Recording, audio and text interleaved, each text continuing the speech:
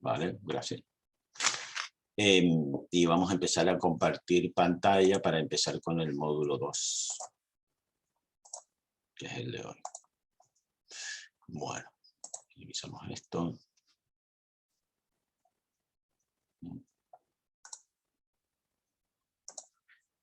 Ahí está. Bueno, hoy vamos a tocar dos temas, el tema 3 y el tema 4. En el tema 3 tenemos primero al hablar de la salud mental de los psicólogos, de los profesionales de la psicología. Segundo, lo que son las relaciones duales o múltiples con pacientes o terceras personas implicadas directa o indirectamente en la intervención. Y también hablaremos del acoso sexual, con respecto a la salud mental de los profesionales de la psicología. Aquí lo primero que he hecho es poner un poco una pregunta, ¿no?, en el aire. ¿Qué hacemos cuando aparecen signos evidentes de que un profesional tiene falta de autorregulación de su conducta, se constata que hay posibilidad de causar daño y no se produce una abstención por parte de este profesional de la suspensión voluntaria del ejercicio? Es decir, no deja de hacer lo que está haciendo a pesar de que es evidente que no está bien y que puede estar produciendo daños en sus clientes. ¿Qué les parece? Me gustaría que me dijeran qué podemos hacer.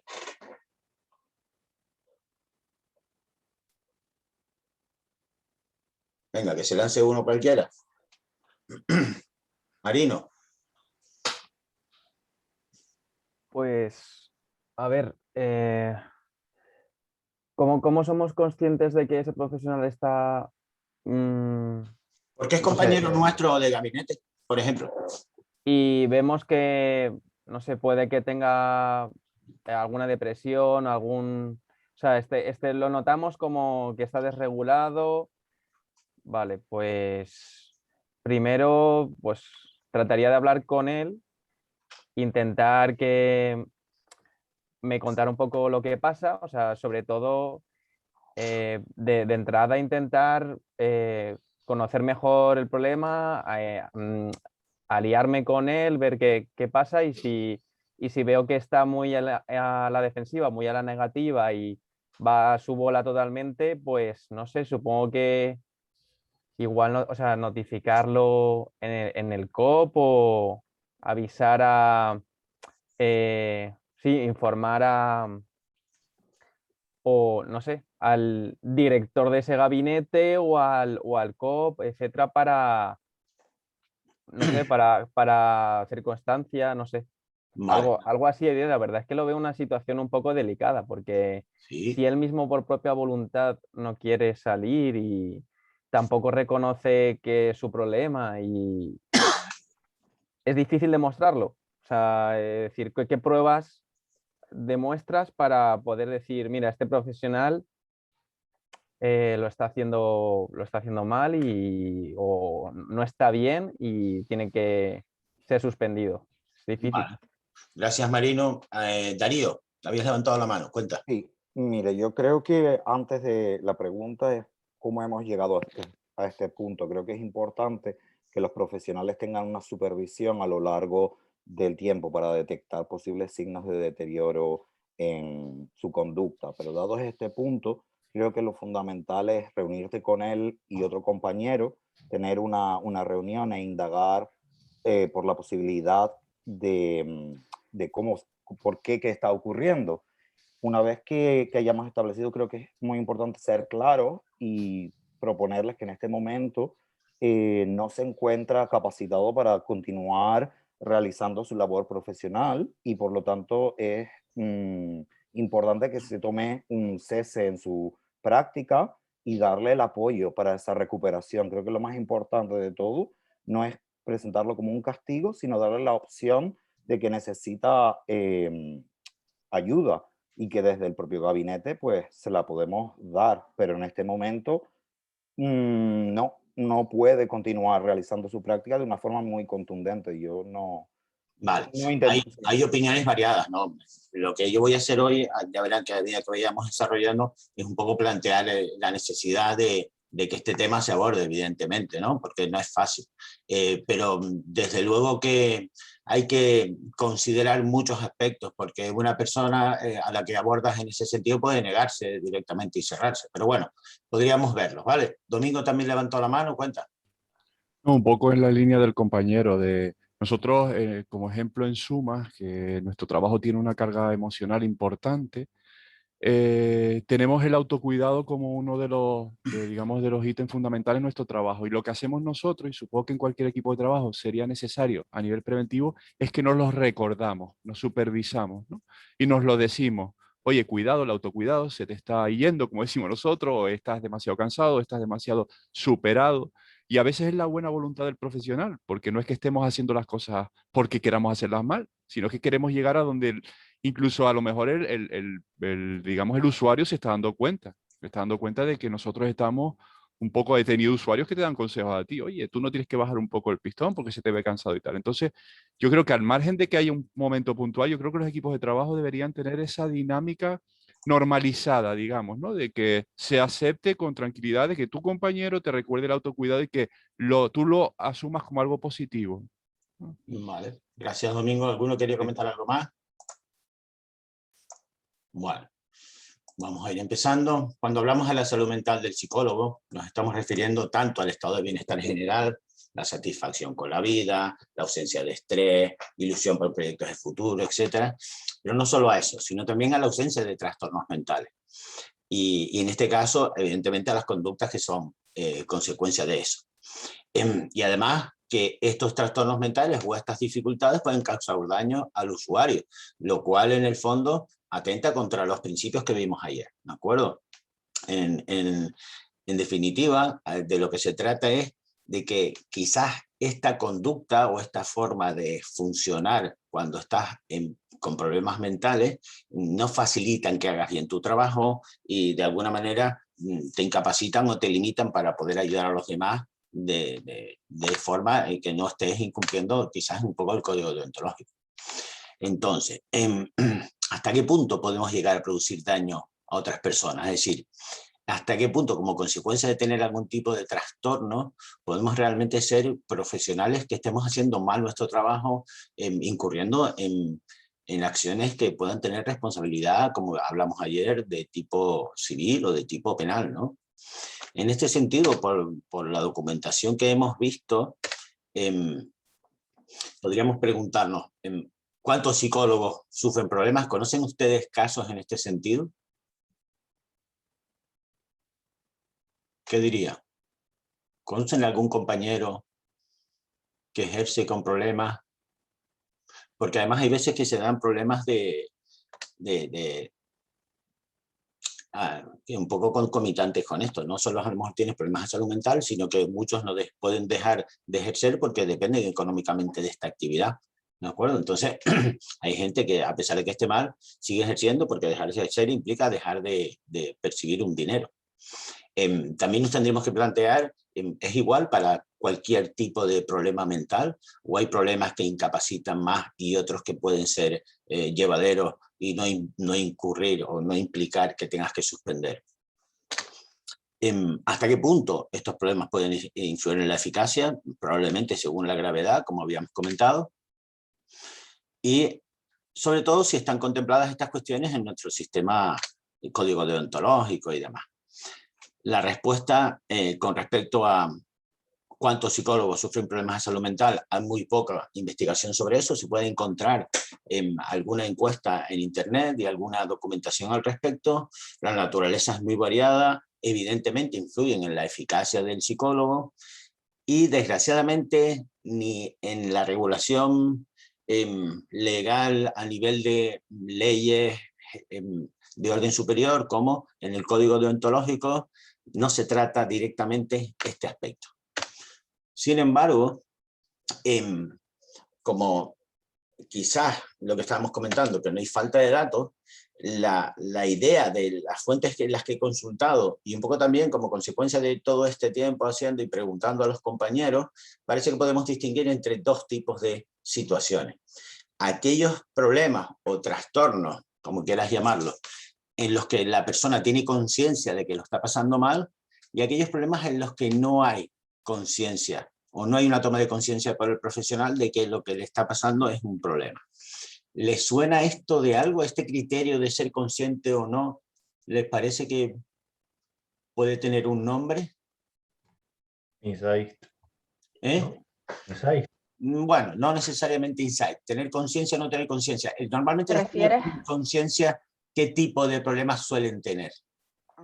Pensé que estaba refiriéndote a la nosognosia, a la capacidad, A ¿no? nosognosia, sí, vale, bien. Pero no como trastorno neuropsicológico, ¿de acuerdo? Sino como ausencia de autocrítica en muchas ocasiones. ¿Vale? La nosognosia puede ser más característica del trastorno mental grave, por ejemplo, es muy característico en la esquizofrenia, la ausencia de conciencia de la enfermedad, pero en sí la ausencia de crítica es muy característico en los trastornos de la personalidad. En concreto, diferenciamos, por ejemplo, un TOC relacionado con personas que lo pasan mal porque al tocar algo contaminado se lavan las manos porque tienen ansiedad si no se las lavan y piensan que van a contaminar su casa, se van a morir o les va a pasar algo. Y después tenemos el anancástico, que es el que se lava las manos 50 veces porque piensa que todo el mundo es muy guarro. Y no es que el que se las lave mucho, sino que la gente no se las lava y debería de hacerlo. ¿Ven la diferencia? En este caso, en el segundo caso hay una ausencia de autocrítica en ese sentido. Esa persona no piensa que está haciendo mal, piensa que los demás son los que están haciendo mal. ¿Vale? Entonces, esta parece que es una diferenciación en la literatura sobre cómo abordar este tipo de aspectos una vez que se produzcan. En el primer grupo, en aquellas personas que parece que tienen conciencia, parece que puede existir la posibilidad de que el psicólogo busque una solución, o en todo caso evite intervenir porque pueda ser consciente de que puede llegar a causar daño. Aquí podríamos incluir trastornos de tipo adaptativo, ligados a circunstancias que son un poco temporales, en las que nos podemos ver todos en nuestra vida cotidiana, y que generalmente no van más allá de un estado de preocupación, de tener algunos síntomas sociodepresivos, algún problema psicosomático, etc. ¿Vale? No estoy intentando quitarle importancia, sino recalcando el hecho de que son trastornos de un calado menos importante y sobre todo que hay conciencia del problema por parte del profesional. En el segundo grupo, que son aquellos casos en los que no hay conciencia, esto normalmente implica una alteración importante del estado mental. Y evidentemente pueden tener repercusiones mucho más trascendentales en el comportamiento de esta persona. Por ejemplo, los trastornos psicóticos, los bipolares, los inducidos por el uso crónico de sustancias psicoactivas, los trastornos de la personalidad, como estábamos diciendo, y sobre todo cuando dentro de todo esto se incluye un patrón de relación interpersonal en la que pueda incluirse el abuso o que suponga el que se cometan un poco alteraciones o intrusiones en la vida y derechos y dignidad de los clientes que se supone que voy a cuidar. En cualquier caso, es importante advertir que es mucho más probable de lo que parece realizar conductas que pueden acarrear algún tipo de daño. Por lo que en estos casos se vuelve todavía más importante el control deontológico. Fíjense que en nuestra profesión, y por el hecho de haber estudiado psicología, en muchas ocasiones la gente, o la gente en general, ¿no?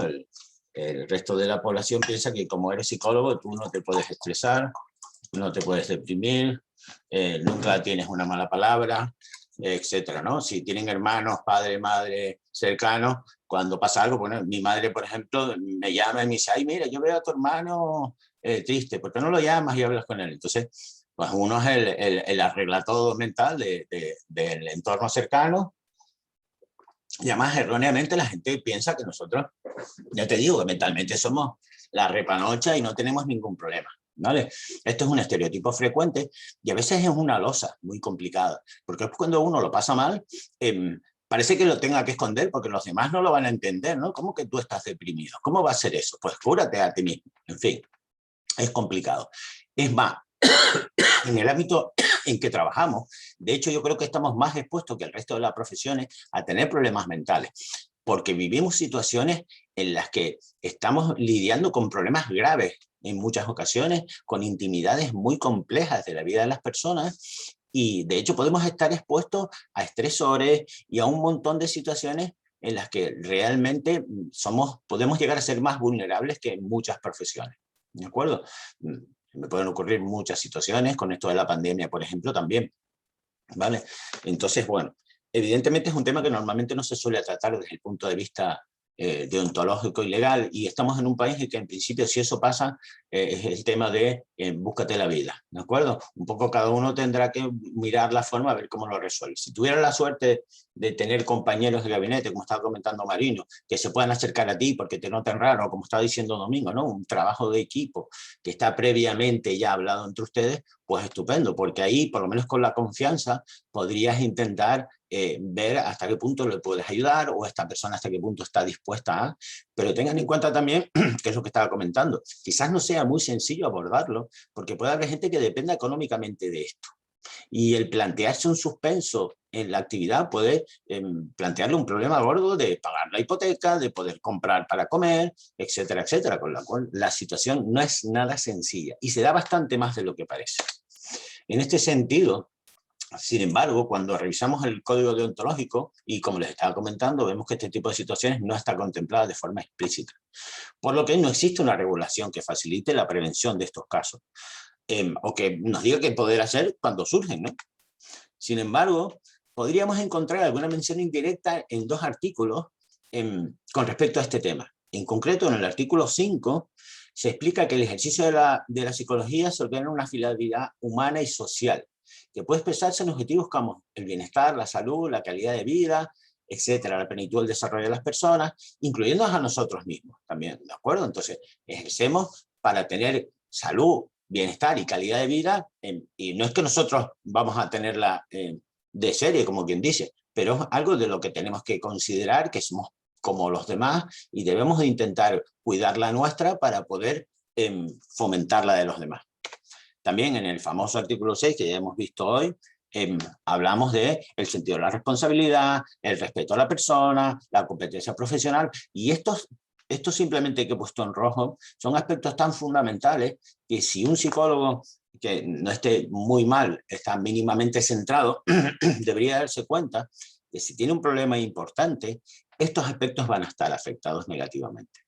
No va a ser igual de competente, su responsabilidad va a estar en riesgo y quizás no pueda ser igual de parcial ante determinadas situaciones, de imparcial ante determinadas situaciones como debería de ser. En este sentido, parece que es muy improbable que se puedan cumplir cuando uno está mal estos principios generales si realmente se sufren problemas mentales que llegan a limitar mis facultades. Por lo tanto, los psicólogos no lo tenemos nada fácil, ya que no solo debemos evitar causar daño, sino que somos responsables de nuestras propias acciones y sus consecuencias. Por lo que debemos asegurarnos de que, en tanto que sea posible, nuestros servicios van a ser usados o no los voy a usar para dañar a otras personas.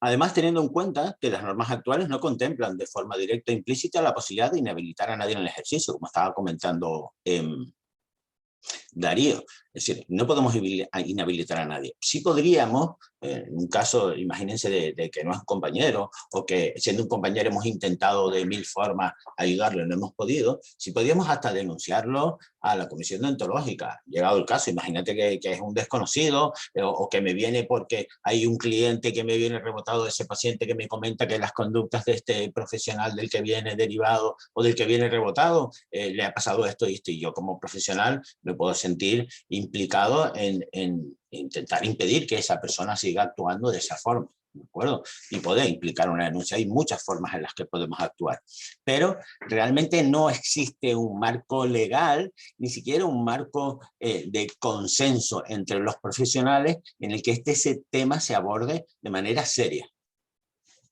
Vale.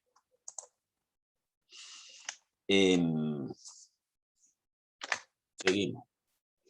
Ante esta situación, muchas veces, lo que queda es un poco la reflexión personal.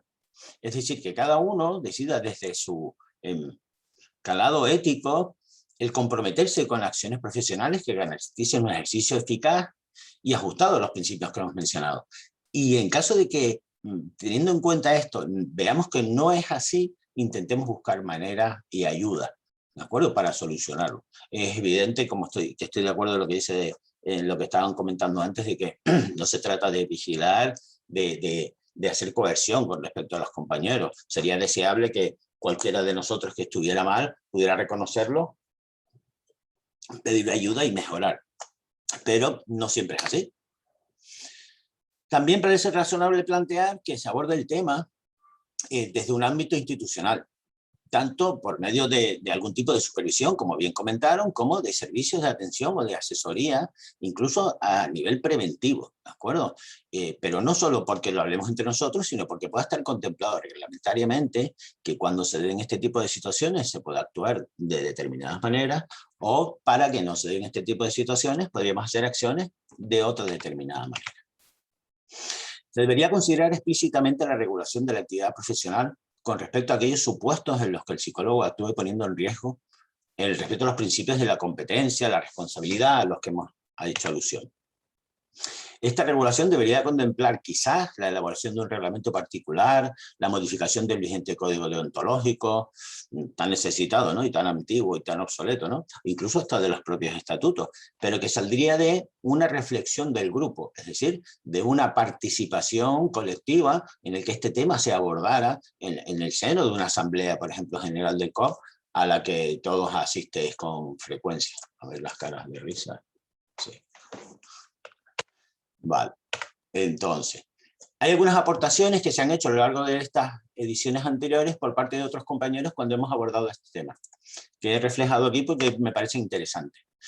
Por ejemplo, hacer desde el top talleres sobre salud mental recomendados para psicólogos, diciendo que son necesarios para todos los profesionales en general, para su reciclaje emocional y beneficiosos para su calidad de vida y su desempeño profesional. Si lo piensan, este curso de ontología profesional es un equivalente en el caso de, no de tener problemas mentales, pero sí de tener problemas profesionales, ¿de acuerdo? Lo que venimos a hacer una acción preventiva, ¿de acuerdo? Intentamos evitar que entren casos de denuncias a la comisión deontológica directamente, ¿vale?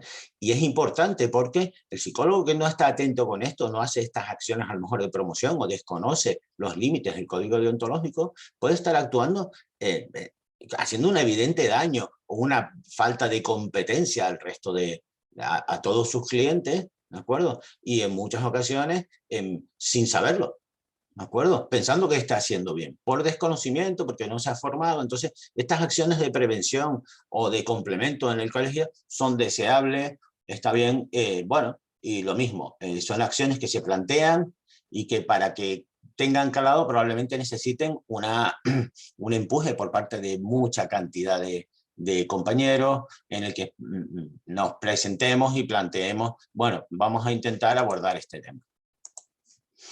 Otra de las recomendaciones es hacer grupos de reunión de psicólogos, un poco estos grupos de ayuda mutua, en el que en un ambiente distendido se puedan tratar aspectos de la salud mental, cómo abordarlos, se compartan opiniones, también charlas informativas, difusión preventiva de información y un constante recordatorio a los compañeros de profesión.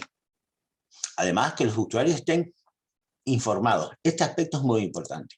Por eso hacemos lo que hacemos cuando le pedimos la ficha inicial. Por eso intentamos que ustedes sepan que cuando van a atender a alguien, da igual si es en la clínica, en cualquier otro ámbito, es importante que la gente esté previamente informada, para saber a qué atenerse cuando van a estar al cuidado nuestro. Y cuando digo el cuidado, digo la atención, ¿vale? Entonces, si un usuario está informado sabiendo que cuando ve determinadas conductas debe de parar la intervención, o no es recomendable que siga, o es recomendable que pida explicaciones o lo que sea, pues ya tenemos un doble control. No solo el propio profesional y las acciones que puedan hacer de tipo preventivo desde el colegio, sino que el propio usuario puede llegar a ser un elemento de control, bien porque lo diga, o bien porque lo denuncie en un momento determinado.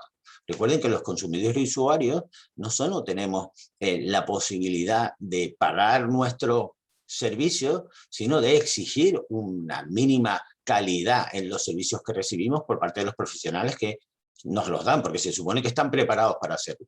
Pero no estamos en el modelo médico antiguo, en el que, como yo entraba allí, la placa aquella ponía doctor, y yo asumía que todo lo que decía esa persona era cierto, válido, y había que hacerlo, ¿vale? No, estamos hoy en día en un mundo en el que hay mucha cantidad de profesionales, unos mejores y otros peores, y los usuarios tienen derecho a elegir el que mejor se adapte a ellos. Y si ellos quieren el mejor comparando con otros, pues están derecho a hacerlos y de derecho de exigir una calidad en cualquiera de las personas que las atiendan. Bueno, algunos consejos a este respecto podrían ser el que tengamos un terapeuta, si el caso lo exige, tengamos alguien al que podemos recurrir para recibir atención psicológica, que parece mentira que los psicólogos no vayamos al psicólogo, ¿vale? Es lo que estábamos hablando de él, quién vigila al vigilante, ¿no? No vayamos a caer en no solo dejar que los demás de nuestra familia piensen que nosotros no tenemos problemas mentales, sino que nosotros tampoco lo pensemos. No tenemos problemas mentales y cuando yo me miro al espejo digo, no, yo estoy perfecto, soy equilibrado, soy paciente, soy claro, en fin. ¿De acuerdo? Eso también es un error o un problema. Hay que estar un poco flexibles en ese sentido. También importante tener un buen supervisor clínico. ¿Qué pasa? Que en este país la supervisión no está desarrollada de manera clara. Hay supervisión solamente en determinados ámbitos. Yo creo que más cercano a cuando el psicólogo se pone a hacer la especialidad, porque en el ámbito de lo clínico, cuando vas con el PIR al ámbito hospitalario, sí tienes un supervisor directo. Pero en el ámbito de lo privado, durante la carrera no se hace supervisión, y en el ámbito de lo privado, si tú vas a hacer prácticas de un máster, vas a tener un profesor, algún tutor de prácticas,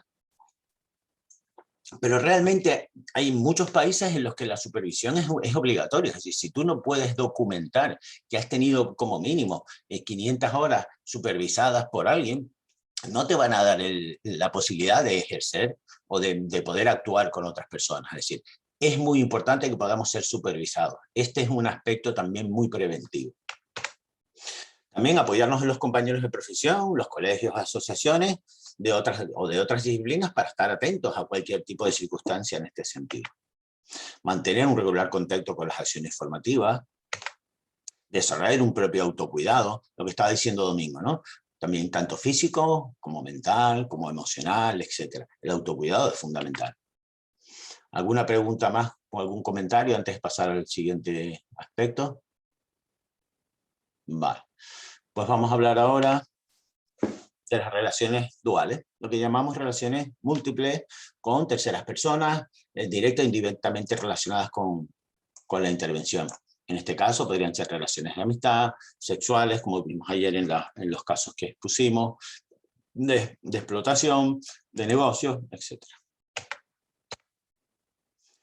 Una relación dual, su definición, en psicoterapia ocurre cuando el terapeuta se encuentra manteniendo, además de la terapéutica, otra relación diferente con un paciente que puede ser social, no sexual o no sexual, profesional, financiera, etc.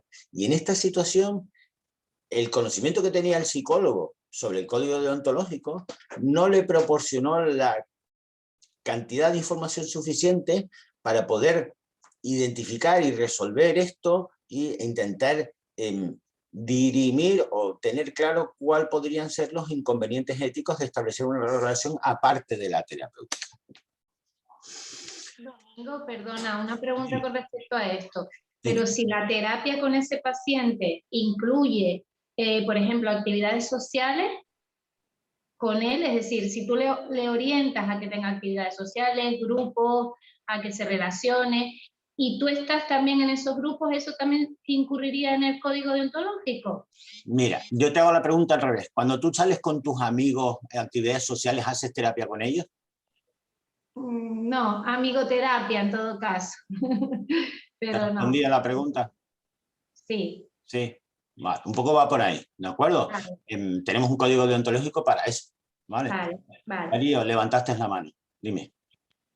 Yo, por ejemplo, me pregunto con lo que está diciendo Ana, por ejemplo, las personas con autismo, parte fundamental de la terapia es hacer de coterapeuta y desarrollar actividades sociales, porque tienes que, por el aprendizaje por observación, entonces hay determinados contextos donde es fundamental o parte de esa recuperación ser parte de eso. De hecho, yo lo he practicado y he visto los beneficios que tiene, pero tiene también tus límites. No, Claro, pero estás haciendo terapia, Darío. Claro. Estás haciendo terapia. Yo de lo que estoy hablando es de que hay una confusión, ¿de acuerdo? De que este psicólogo ha establecido una relación extraterapéutica, ¿de acuerdo? En el que empieza a tener relación con esa persona por razones distintas a la terapia, o a nivel personal, íntimo, etcétera, etcétera. Esto está contemplado en muchos códigos deontológicos, en el español solamente de refilón, porque ya te digo, no sé por qué nos tocó este código deontológico que no pudimos cambiar, y en el año 37 el mundo era muy distinto como es ahora, aunque las relaciones duales existían también, sin embargo no está muy contemplado. Entonces, bueno, ya iremos viendo cómo se plantea, ¿vale? En el código deontológico, como yo les estaba diciendo, no se recoge explícitamente esto, aunque sí hay varios aspectos, como habíamos comentado, y pasa en muchas situaciones, o varios artículos en que se menciona de manera indirecta. En principio, en el artículo 6, cuando hablamos del tema de la responsabilidad y de la honestidad, pero también tenemos más específicamente el artículo 11, en el que se dice que el psicólogo no aprovechará para lucro o beneficio propio o de terceros la situación de poder o superioridad en el ejercicio de la profesión. Es decir, de alguna manera, el estar, por ejemplo, supervisando o actuando con alguien, no necesariamente debemos aprovecharnos, yo qué sé, imagínense que es un albañil, para decirle que venga el domingo a pintarme casa, ¿de acuerdo? Porque probablemente se va a ver comprometido a decirme que sí, pero estoy utilizando inadecuadamente eso, es antiético y eso sí podría ser sancionado. También el artículo 29 recomienda que el psicólogo no se preste a situaciones confusas en las que su papel sean equívocos o ambiguos. Esto sí está claro, ¿de acuerdo? Y aquí, aunque no se entra directamente a hablar de las relaciones duales, sí se trata el tema de que tenemos que evitar que nuestro papel no esté claro en las relaciones con los pacientes.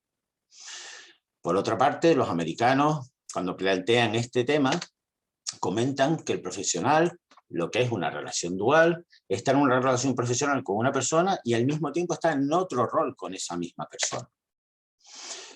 O al mismo tiempo está en una relación con una persona cercanamente asociada o relacionada con la persona con la que mantiene una relación profesional. Es decir, ya no solo es que yo tenga una relación extraterapéutica con ese profesional, sino con una persona que pueda estar relacionada con mi paciente.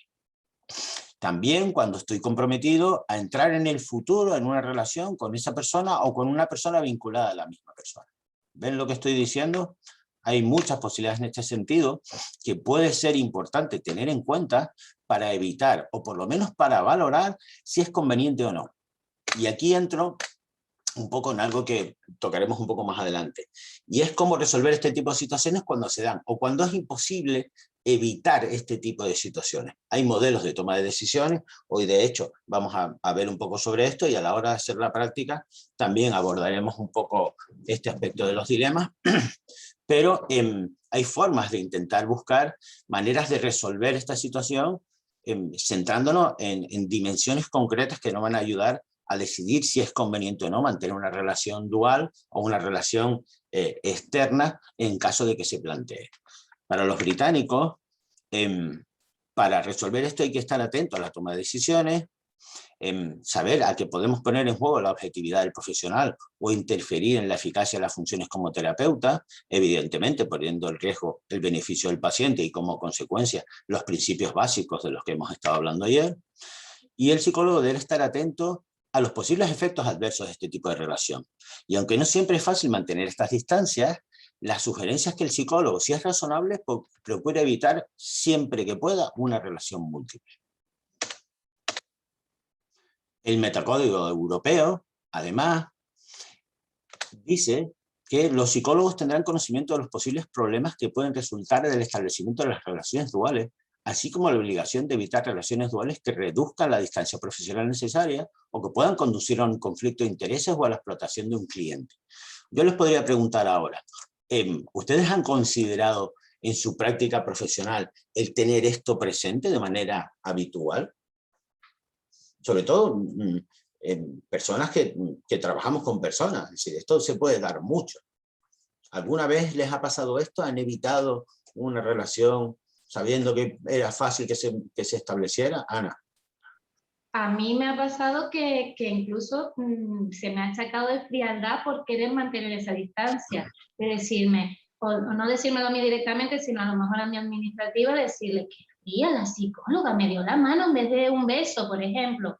En casos así que tú intentas mantener un poco, ahora no, con la pandemia no das besos ni mano, pero cuando yo al principio daba la mano a mi paciente, pues ellos lo entendían así, muchas personas lo entendían como frialdad. Luego Vale. ya la terapia se iba un poco... Eso, ¿Y tú hacías eso adredes para evitar que Sí. hubiera confusiones y demás? sí, Vale. exacto, sí. ¿Alguno más ha tenido este tema presente en su quehacer profesional o se ha visto en situaciones en las que realmente esto ha salido y ha tenido que tomar una decisión? Y muchas veces, Ale, ¿no? cuenta, Ale. Perdón. Levanta. Hola, pues yo hasta hace unos meses estaba, bueno, estaba unos meses trabajando como profesional a domicilio precisamente, con personas mayores. Entonces, pues claro, ya no solo que esto se dé con facilidad con personas que igual no tienen deterioro cognitivo o no tienen una forma de entender las relaciones como igual una persona mayor. Entonces, a veces en algunos momentos así especialmente más complicado. Te insisten muchas veces en que comas, en que te lleves regalos, en que te lleves... Y claro, tú te niegas, pero siguen y siguen y siguen. Y no solo que suceda eso, sino el agravante de que el ambiente de intervención tú no lo controlas porque no estás en tu casa, no estás en tu consulta, estás en un domicilio ajeno. Entonces, la verdad que eran situaciones que se daban de manera constante y difíciles. Bien. ¿Alguien más que levantó la mano? Domingo. Yo, sí. A mí, relacionado de alguna manera con esto, me suele suceder, por ejemplo, compañeros de trabajos anteriores en que me solicitan una intervención para una pareja o un hijo y demás. Y ya en esa solicitud están intentando condicionar, o sea, están hablando bajo su demanda.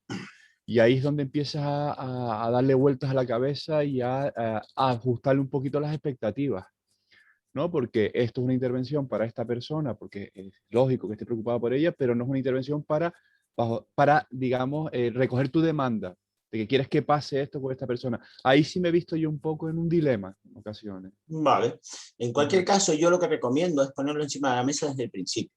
En cuanto yo detecte que ese tema puede empezar a producirse o puede ser foco de confusión o de ambigüedad, lo recomendable es decirlo directamente, plantearlo abiertamente, sin ambajes y sin mal rollo, sin acritud, como se suele decir, comentarlo, ¿de acuerdo? Y poder elaborarlo de manera que es mucho más conveniente hablarlo que dejarlo en el aire. Porque después cuando lo dejas en el aire, tanto esa persona capta que parece que tú estás dándole la posibilidad de hacer eso, como tú en el fondo te estás comprometiendo, a veces por falta de asertividad, a llegar más allá de lo que realmente sería recomendable. ¿Por qué? Porque se pierde la perspectiva en muchas ocasiones sin querer. Ojo, esto no quiere decir que sea absolutamente prohibido. Ya verán un poco más adelante que hay situaciones en las que puede llegar a ser hasta recomendable, ¿vale? Pero evidentemente una de las mejores formas de abordarlo es plantear, ¿vale? Domingo, Dime. una pregunta, perdona. Por ejemplo, aquí en España la consulta suelen ser así, con mesa, distanciamiento, con mesa, pero en Estados Unidos, que ya se ha creado incluso el saloncito de la casa, ¿no? Es como casi el salón, te acercas al paciente. Ahí, ¿cuál es, o sea, cuál es el correcto? ¿Cuál es el más correcto? No existe una forma correcta de ordenar tu despacho, ¿de acuerdo? Se supone que es un poco un reflejo de tu forma de funcionar. El modelo de mesa en medio es un modelo más heredado del modelo médico tradicional, ¿de acuerdo?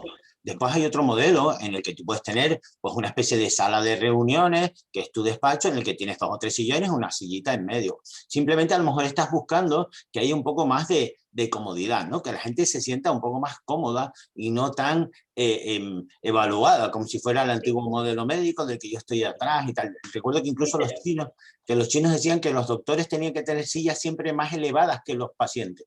Exacto. Para que los pacientes tuvieran la sensación de que aquel tío estaba por encima de ti. Las tarimas que existen en las clases de las universidades en muchas ocasiones son heredadas de esa misma idea, de que el docente está por encima del alumno, ¿de acuerdo? Y esto no es bueno ni es malo, depende de cómo lo usen. Claro, por eso decía que ahí es donde también, con respecto a este tema de mantener esa distancia, a lo mejor se contradice con ese modelo de acercarte, de crear más comodidad. No Eso se- necesariamente, no necesariamente. Lo que Vale. contradice no es cómo pongas los muebles, lo que Vale. contradice es cómo te comportes. ¿De Exacto. acuerdo? Y el Vale. poner los muebles en sí, aunque es un reflejo de tu conducta, en el fondo puede intentar hacer pues simplemente una situación jodida, un poco más amigable. ¿De acuerdo? Vale, vale. Perfecto. Vale. Claro, yo, Alguien más había levantado la mano, Sara, Sí. y no, también... que yo quería decir que también mantener la distancia tampoco implica tener una rigidez extrema, quiero decir. Tú puedes generar un ambiente de cercanía, de confidencialidad, para que la persona se abra, para que la persona comparta, y no es necesario tener ¿no? Que mantener la distancia parece que tiene que ver incluso hasta con una postura corporal, y una rigidez, y una mesa, y una... creo que nos podemos mover sin traspasar la línea en un espacio en el que, aunque uno mantiene la distancia con la persona, conoce dónde están los límites, puede generar un ambiente de cercanía, confidencialidad y apertura, ¿no? Recuerden que la distancia interpersonal no solo se establece en esto que estudiamos en la carrera, en estos 60, 50 centímetros que hay entre una persona y otra, sino también en lo psicológico, ¿de acuerdo? ¿Hasta qué punto tú cuando hablas con una persona abordas determinados aspectos de su intimidad o de la relación, llegando a ser útil y a no ser invasivo, o lo contrario? ¿De acuerdo? Se puede hacer físico o psicológicamente. Es muy importante que sepamos que de lo que se trata es de cómo nos comportemos. ¿De acuerdo? Y de hasta qué punto somos conscientes de que en cada situación toca un tipo de conducta adaptada a esa situación, contextualizada en donde estamos, ¿vale? Alex, antes levantaste la mano, ahora lo quitaste, ¿querías decir algo que ya no quieres decir? Sí, es que estaba pensando o sea, un poco por lo que veníamos comentando, el hecho de que a veces la demanda o la necesidad de una demanda no te la hace directamente la persona que va a ser atendida, sino una persona que hace de mediador, de nexo. Y dijimos que antes esto podía ser incluso un poco contraproducente, entiendo que por la forma en la que esa persona que hace de mediador lo solicitara. Pero eso también no entra en contraposición un poco con lo que es el hecho de que del boca a boca, es decir, pues yo fui aquí, me funcionó, o pues a mí me da vergüenza ir, pero lo necesito, pues bueno, voy a preguntarle yo, ¿no? Entonces, un poco el discernimiento de estas situaciones. No, incluso a veces lo que tú estás hablando, si trabajas con personas mayores que tengan deterioro, si no vas a tener a alguien intermedio que te pueda hacer de enlace con esa persona, directamente no vas a poder ni siquiera abordarlo. ¿De acuerdo? Con lo cual hay veces que una tercera persona es imprescindible. Tienes que tener un cuidador de una persona, imagínate, con demencia, con Alzheimer o con no sé cuánto, en el que no es tu paciente directamente, pero es una persona, una tercera persona que es fundamental que esté presente para la terapia o que haga de enlace en ese sentido. Darío, ¿quieres decir algo? Sí, a mí, por ejemplo, especialmente con las personas que no son neurotípicas, se han dado situaciones en las que a lo mejor una persona con autismo quiere darte un abrazo, y hay que medir también a veces, pues, no le vas a empujar o impedir, pero sí que de una forma sutil puedes dar la mano o simplemente poner en el hombro, y eso da pie a lo que habías comentado de poder explicar los límites y volver a trabajar de nuevo la importancia de lo privado y lo público. Hombre, si una persona con autismo Claro, consigues que te quiera dar un abrazo, ya te doy un sobresaliente ahí porque es un tema de pues, los complicados para ellos, ¿no? Para claro, pues, empezar. Pero evidentemente es lo que te digo, depende del contexto en el que se dé, para qué quieras hacer eso, qué función tiene, y si tú como terapeuta tienes claro que es un abrazo terapéutico y no un abrazo en el que yo estoy estableciendo una relación de manera inadecuada. Y eso, la única forma que tienes de poder distinguirlo es que seas competente profesionalmente, ¿de acuerdo? Que tengas experiencia, que sepas qué es lo que haces, para qué lo haces, cuándo lo haces, con quién lo haces y con quién no. Vale, Lo, Marta. ay, perdón, lo comentaba porque me ha ocurrido mucho en contextos residenciales. Estuve trabajando bastante en Inglaterra, y entonces existe lo del tema del distanciamiento. En el contexto inglés son bastante distantes, y me ocurría mucho de tener esa situación donde llegaban a tener ese contacto físico, entonces tenías que redirigir, decir, no, no es tampoco tan lo que estamos hablando de poner una mesa de por medio, de ser una persona interpersonal, es ajustarte al contexto y a las situaciones Eso que es. te dan, ¿no? Marta.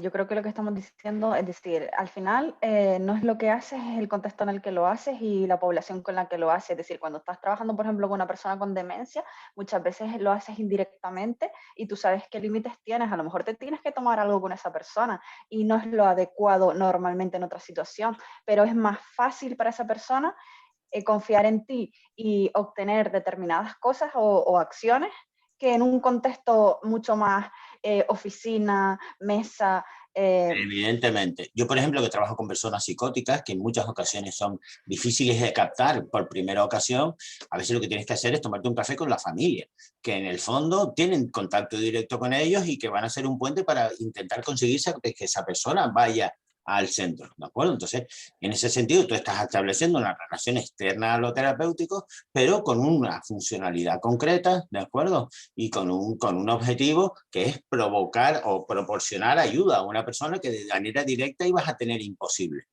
También creo que está en nuestra parte de comunicación, es decir, nosotros también somos personas, nos relacionamos y muchas veces tú dejas claro a la otra persona determinadas ideas de la terapia, pues mira, la terapia lo puedo hacer así o así, porque a lo mejor pues tenemos una relación indirecta muy lejana y se puede hacer de esta manera. Usted puede estar de acuerdo, no puede estar de acuerdo y sabe cuáles son las condiciones. Y al final también ahí estableces también habilidades comunicativas para la otra persona también, Sí. hacerte un feedback de cómo recibe él, si en ese momento está siendo más fría, pues te lo explicita y tú le especificas por qué lo haces o no, o al revés.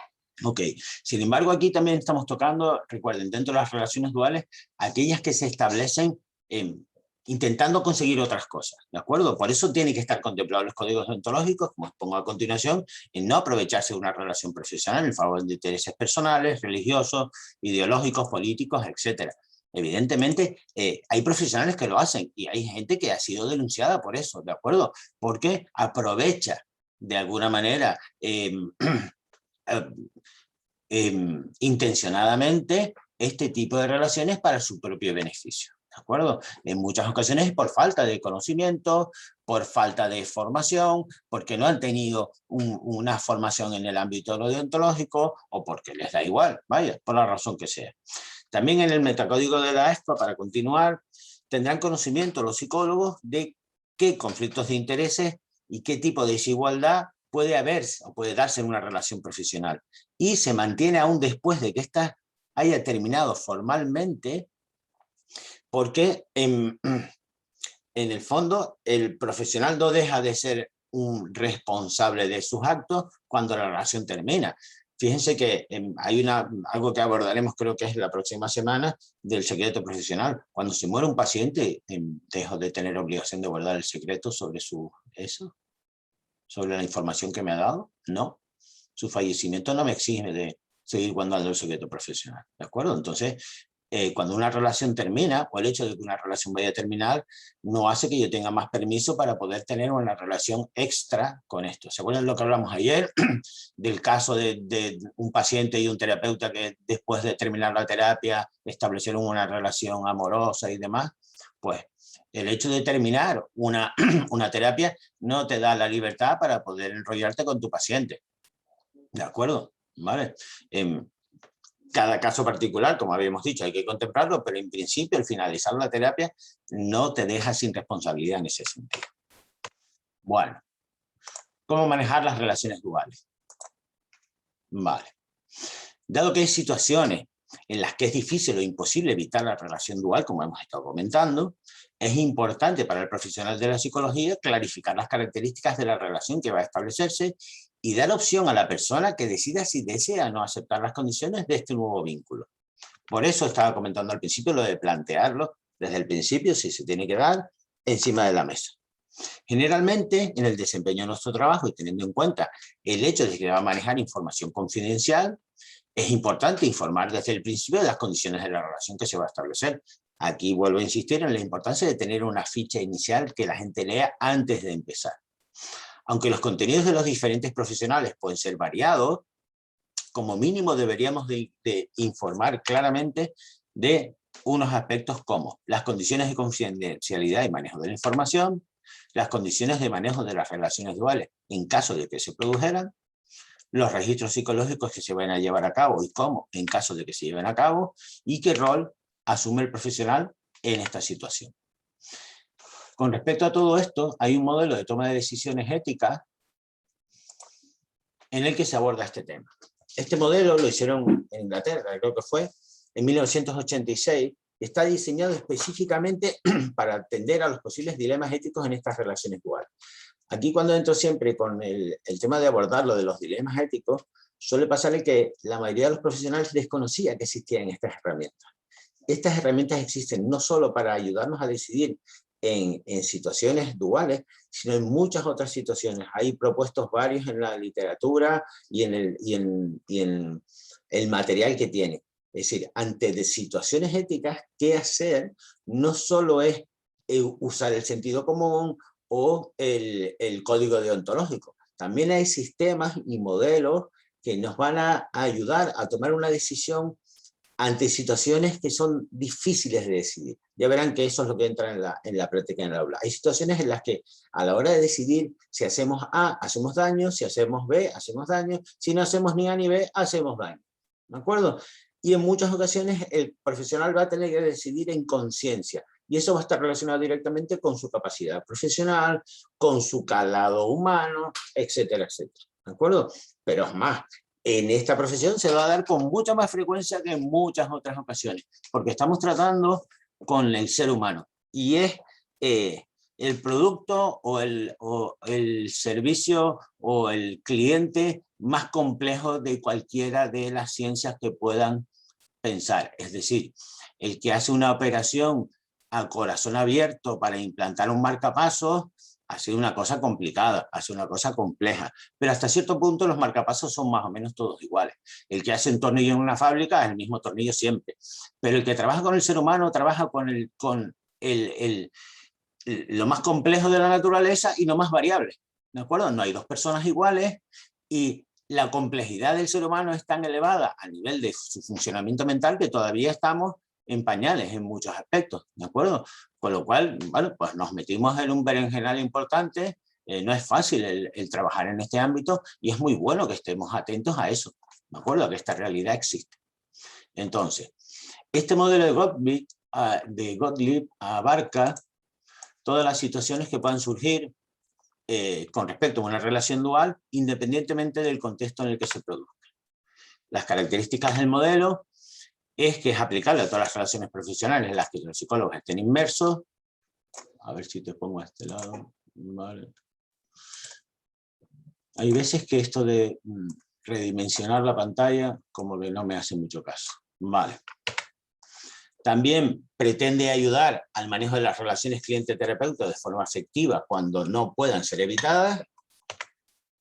Busca evaluar el daño potencial causado en todas las relaciones con los clientes debido al riesgo que se puede haber como consecuencia de una evitación, de no poder conseguir una evitación total, y asume que no todas las relaciones son duales. De hecho, se presume que en algunas circunstancias las relaciones duales pueden llevarse a cabo con un riesgo bajo e incluso de manera beneficiosa, como hemos comentado en varios ejemplos. Este modelo está destinado a sensibilizar a los psicólogos y psicólogas de temas pertinentes en el ejercicio de la profesión, así como para recomendar acciones oportunas en el beneficio del paciente en el caso de una relación dual. Además, asume que el dilema del profesional es el resultado que contemple de una segunda relación a partir de una ya existente, y no de relaciones establecidas desde antes de la terapia. ¿Vale? El modelo en concreto está basado en 3 dimensiones, consideradas básicas para el proceso de toma de decisiones. Una, la dimensión de poder. Aquí se refiere a la cantidad o grado de poder de un psicólogo que pueda tener en relación con el cliente. La influencia de la palabra de un profesional, evidentemente, es mucho mayor en una audiencia que de un asistente, ¿vale? Por ejemplo, en la situación de hoy, es posible que para ustedes yo tenga más conocimiento y más influencias en deontología que alguno de ustedes como asistentes al curso, ¿vale? Y esto es un aspecto de la dimensión de poder de la relación entre nosotros. Es importante considerar la relación dual. También una dimensión de duración de la relación. Es decir, la relación de poder puede incrementar con el tiempo. En general incrementa con el tiempo. Y no es lo mismo el grado de poder de una relación corta que de una relación larga. Finalmente, la dimensión de claridad de la terminación. Esta se refiere a la probabilidad de que el cliente y el psicólogo tengan un mayor contacto profesional. Por ejemplo, la ejecución de una evaluación psicológica de un solicitante de empleo implica una relación momentánea, con una terminación clara, etcétera, etcétera. Pero en otros aspectos, como habíamos hablado, de relación psicólogos familiares, por ejemplo, de usuarios que tengan atenciones de larga duración, puede implicar relaciones de larga duración y con una terminación poco definida, porque esos pacientes pueden estar años contigo y puedes tener contacto con los familiares para ver cómo está esa persona después de que ya haya dejado de ser atendido por ti.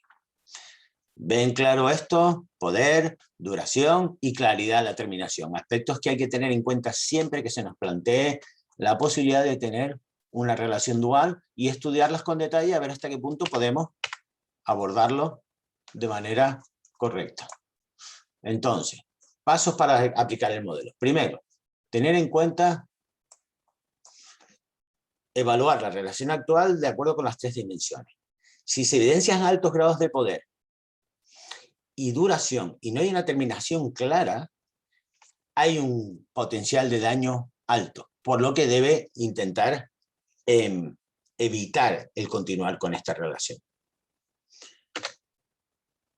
Examinar la relación prevista, no la que tengo actualmente, sino la que es posible que se vaya a establecer. También a lo largo de estas 3 dimensiones, y si en la relación prevista se evidencia un gran poder sobre un largo tiempo con una determinación incierta, que sería un poco equivalente a lo anterior, entonces no sería recomendable hacer una relación dual, pero si la relación existente tiende a un rango medio, puede ser permisible y hasta beneficioso en términos de relación social óptima, que sería el caso, por ejemplo, de estas situaciones que hemos comentado antes en el trabajo con familiares y demás. Paso 3. Examinar las relaciones de incompatibilidad de rol, es decir, quién es quién en la relación, quién es el paciente, quién es el terapeuta, o quién es el paciente y quién es el familiar, que quede claro. Y ver si hay incompatibilidad en este sentido en estos roles. De acuerdo con Kirchner, la incompatibilidad de rol se daría cuando hay mucha diferencia entre las expectativas de una persona y de la otra.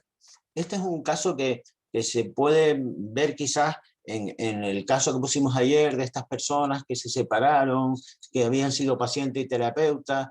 A lo mejor uno de los dos tenía la idea de que salir con tu terapeuta te iba a proporcionar salud mental eterna y resulta que no. El terapeuta pensó que esta persona, como me gustó durante la terapia y vi que avanzaba, pues pienso que iba a irme fantásticamente en esta relación con esta persona y resultó que no. ¿De acuerdo? Que hay un problema en este caso de claridad del rol y una incompatibilidad o una desigualdad muy elevada sobre las expectativas que plantean los dos. En el último paso, siempre que se recomienda, es consultar con un compañero. Si es importante, a veces tener una opinión de una tercera persona con respecto a cómo actuar, ¿de acuerdo? Debe de estar regida en cualquier caso por los mismos parámetros que si se estableciera una relación con una persona desconocida. Vale. Evidentemente, aunque esté en el paso 5, es una de las cosas que comentamos al principio, es importante discutir la relación con el cliente. Si el psicólogo decide continuar con la terapia, aún con una relación adicional a la profesional, él o ella debe de revisar la esencia del modelo de toma de decisiones, sus aspectos éticos, las alternativas disponibles y las posibles consecuencias adversas, dejándolo por escrito en un consentimiento informado. El conocimiento de las circunstancias en las que se establece la relación terapéutica y formalizando la toma de decisión por parte de los participantes. Es decir, que es recomendable incluso hasta comentarlo con la persona, poder dejarlo registrado, porque a lo mejor pueda ser útil en un momento dado, ¿vale? Pero evidentemente hay que plantearlo y ponerlo encima de la mesa. Hay 3 pautas para diferenciar o identificar entre las relaciones que tienen una alta probabilidad de provocar daño de las que no. Incompatibilidad de expectativas en relación a los roles asumidos, lo que estaba comentando antes.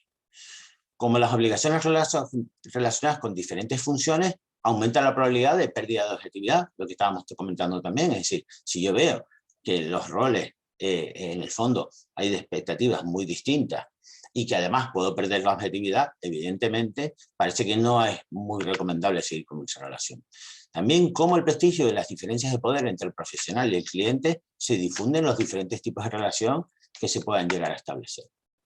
¿Alguna pregunta sobre esto? Domingo, una pregunta. Cuando el paciente es el que constantemente intenta, hombre, ya nos has dicho que hay que informarles previamente, pero si ese paciente está todo el tiempo como reforzando su información, intentando preguntarte la tuya, ¿no? Por ejemplo, yo en mi caso tengo niños, tú tienes niños y te intenta como meter en su historia, ¿no? Ahí a veces también se complica el saber separar eso.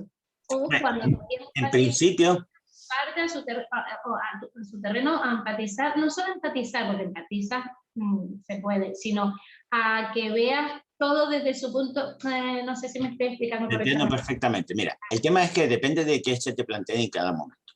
En cualquier caso, eso puede ser que tengas que tratarlo con delicadeza, porque a lo mejor esa persona lo hace por una necesidad de aprobación o porque necesita reasegurar determinados aspectos, y lo puedes tratar como hablan en FAP de CSR1, es decir, plantearle el tema encima de la mesa diciendo, mira, veo que insistes con este tema, intentando de alguna manera proteger la relación terapéutica para no romperla.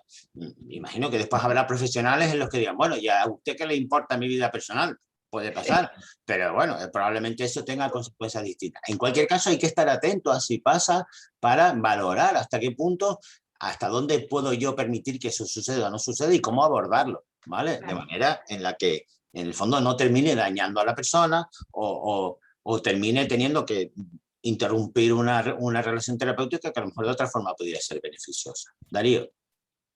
Sí, a mí también se me han dado situaciones similares, pero también creo que hay momentos en los que incluso es terapéutico compartir algún aspecto no personal, en el sentido no llegando a un punto donde, Rosas, pero por ejemplo me ocurrió el otro día que estabas dando un taller para madres y comentábamos sobre los límites y las expectativas que ponemos sobre ordenar la habitación, y yo les dije, mira, yo tengo 33 años y no hago la cama. ¿Es tan importante para ustedes esa parte? ¿Es importante para ustedes o es importante para vuestro hijo?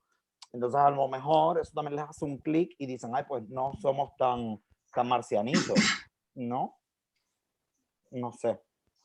Ya te digo, no existe una buena o mala conducta en ese sentido. Lo que existe son unas consecuencias positivas o negativas de lo que uno hace. Uno tiene que tener en cuenta eso y a la hora de decidir comportarse de una manera determinada, poder anticiparse a qué puede pasar en ese sentido. Pero más que una cosa mal hecha, es un mal resultado lo que va a pasar. Por eso hay que anticiparse, ¿de acuerdo? Bueno, vamos a hablar del acoso sexual, que es el último apartado de este tema, y después, antes de empezar el tema 4, tenemos un pequeño descansito, que ayer la verdad es que nos lo saltamos, ¿de acuerdo? Pero bueno, como fue así, un poco más entretenida y muy variada, quizás no se echó mucho de menos, pero bueno, hoy sí quiero que hagamos un descansillo. Bueno, con respecto al acoso sexual, hay que volver a puntualizar que el Código Deontológico actual no contempla específicamente este tipo de situaciones, aunque muy probablemente queden recogidas de manera explícita en futuras actualizaciones.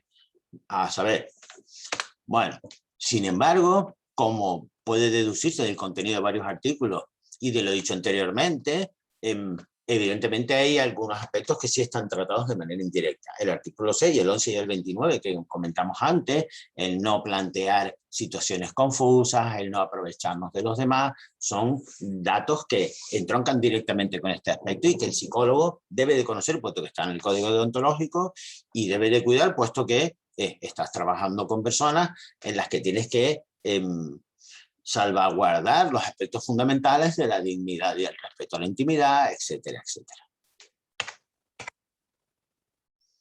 Principios éticos con respecto a este tema en el Código Deontológico americano. Definen el acoso sexual y dicen que los psicólogos no se involucran en situaciones de acoso sexual y que el acoso consiste en abordajes sexuales, insinuaciones físicas o una conducta ya sea verbal o no verbal de naturaleza sexual, vinculada con las actividades o roles del psicólogo como tal, y que además no es bien recibida, es ofensiva o crea un ambiente hostil de trabajo o de estudio, y el psicólogo lo sabe o fue informado de ello, por la formación que ha tenido como mínimo. También es suficientemente grave e intenso para resultar abusiva a cualquier persona razonable en este contexto. E incluso puede constituirse no solo un acto intenso y grave, sino múltiples actos insistentes o reiterados, de baja intensidad, pero de manera continuada, que son exactamente lo mismo. Con respecto a Chile, puse la intervención que habla del Código de Chile, porque me pareció muy relevante. Dice que el psicólogo debe atender con igual dedicación a todas aquellas personas que requieran de sus servicios, no permitiendo que intereses o prejuicios externos afecten a sus decisiones profesionales. Por este motivo, no atenderá profesionalmente a amistades, familiares o a personas con las cuales esté involucrado en otros roles, por ejemplo, jefe, subalterno, profesor, alumno, etc. Constituyen conductas no éticas las relaciones duales como involucramiento sexual o sentimental, el acoso sexual y toda superposición de roles, especialmente cuando el psicólogo o psicóloga está claramente en una posición de poder y de autoridad respecto de sus clientes o pacientes. Vale, el código ético de los ingleses plantea que muchas veces la justificación de un procedimiento terapéutico o como parte de un tratamiento hace que muchos terapeutas rebasen determinados límites o determinados aspectos de la confianza porque los pacientes de alguna manera han depositado confianza en ellas personas y parece que el hecho de que el psicólogo rebase esos límites pueda ser aceptable por los pacientes solo por el hecho de que nosotros se supone que sabemos lo que hacemos. Ante el desconocimiento de cómo debe actuar un terapeuta, muchos pacientes aceptan varias violaciones de sus límites esperando a que esto tenga un efecto positivo en su tratamiento. Es verdad, se da frecuentemente. Para evitar la explotación y este tipo de situaciones, los psicólogos deben abstenerse de abusar de relaciones profesionales con el fin de avanzar en sus intereses sexuales, personales, financieros y de otro tipo. Para mantener los límites personales, los psicólogos deberían abstenerse de incurrir en acoso y tratar de mantener su lugar de trabajo libre de acoso sexual. Es decir, no solo abstenerme yo de hacerlo, sino no permitir que se haga en mi entorno si yo tengo conocimiento de ello. Estoy aquí hablando, por ejemplo, de compañeros que puedan trabajar con otros profesionales y que puedan estar atentos a que o puedan tener conocimiento de que eso sucede y evidentemente deben de evitarlo, controlarlo, no permitirlo. Reconocer como acoso cualquier comportamiento verbal o físico no deseado, incluyendo insinuaciones sexuales, cuando, un poco como habíamos comentado, esta conducta interfiere en el trabajo de otra persona, quiere un ambiente incómodo. La sumisión a esta conducta se hace explícita o implícitamente como mandato o condición para recibir empleo, ascensos, etcétera, etcétera. Si estoy coartando a esa persona para que me dé sus favores sexuales, para que yo a cambio haga algo que esa persona necesita o le interesa. Y la sumisión o rechazo de tal conducta se utiliza como base para decisiones que afectan a la educación o a las perspectivas de empleo de una persona. También reconocer que el acoso puede ser solo un acto grave o muchos actos pequeños o persistentes que al fin y al cabo puedan llegar a menospreciar, ridiculizar o abusar de una persona. También hay que dejar claro a los estudiantes supervisados, los entrenadores y los empleados, desde el administrativo a cualquier que trabaje bajo nuestra supervisión, que existen procedimientos que se abordan en el lugar de trabajo y que ellos pueden poner en conocimiento mío o de la sociedad. Es decir, es un poco lo que estábamos comentando ayer. Al final no solo se trata de nosotros saberlo, sino de informar en la medida de lo posible a los pacientes y a los compañeros de si este tipo de situaciones se da, sean capaces de poder actuar en este sentido, ¿de acuerdo? No permitirlo informarnos a nosotros o denunciarlos directamente, ¿vale? Cuantos más controles tengamos en ese sentido de información, mejor. Por eso, una de las razones de la ficha, de la Carta de Derechos y Deberes, y de que la gente antes de empezar esté bien informada de qué puede atenerse cuando va a ver el psicólogo. ¿de acuerdo? En cualquier tipo de situación. Porque es lo que me gustaría que hicieran conmigo como clientes si me trataran en algún sitio de este sentido. ¿De acuerdo? Y por eso existen las leyes que abordan esto. ¿Alguna pregunta antes del descansito? ¿Alguna cuestión que quieren plantear? Dime, Ana. Esta información previa, ¿tenemos algún modelo que podamos tener como guía? Aunque es fácil, más o menos lo que se va a decir, pero por tener a lo mejor una guía. Tiene mucha información en el material que yo les he dado, pero todo esto lo van a tener que trabajar para el trabajo de fin de acreditación, porque incluye, ya les digo, la ficha inicial, el modelo de consentimiento de protección de datos y una carta de derechos y deberes. De alguna manera, tanto en un lado como en otro, se abordan de manera directa e indirecta todos estos aspectos, ¿de acuerdo? Pero, por ejemplo, en la ficha inicial hay un montón de recomendaciones sobre el código deontológico en que se pueden incluir para informar a la gente de que ante determinadas situaciones pueden pedir ayuda, ¿vale? Y otra cosa, última cuestión, ya no interrumpo más, es con respecto a esto del acoso sexual, cuando es al revés, cuando es el paciente el que intenta acosar al psicólogo, ¿ese no se contempla o no lo has contemplado aquí? ¿O ahí no se entiende, claro, no se entiende como un... Yo lo que sí lo he dicho, lo que pasa es que de manera indirecta, es decir, por un lado digo que el psicólogo debe de estar atento, pero también defino que el acoso sexual consiste en una conducta grave o muchas pequeñas, y eso puede ser exactamente las dos direcciones.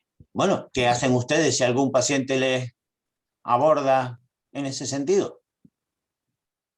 Para pararle, o sea, es que a veces hay pacientes que confunden y a lo mejor te dicen, bueno, y después de la terapia vamos a tomarnos un café o te invito este fin de semana a cenar. Para mí está pasando el límite de la... No es que sea... ¿Alguno se ha visto en una situación de este sentido? ¿Alguno tiene una forma de actuar concreta si este tipo de situaciones se da? Yo quiero decir una cosa.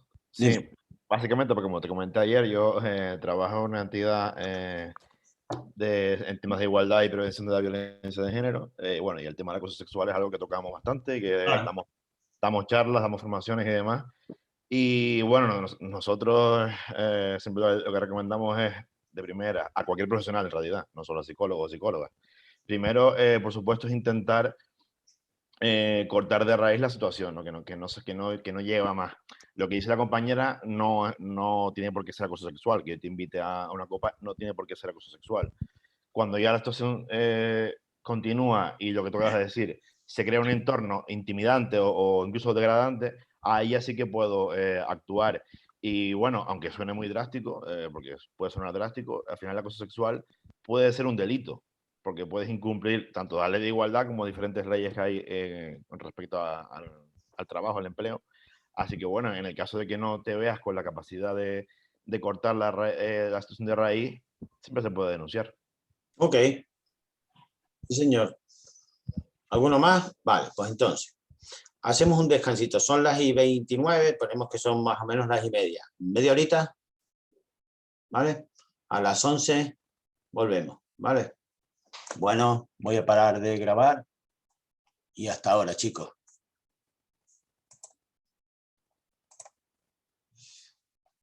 A ver, dejo de compartir y pausa.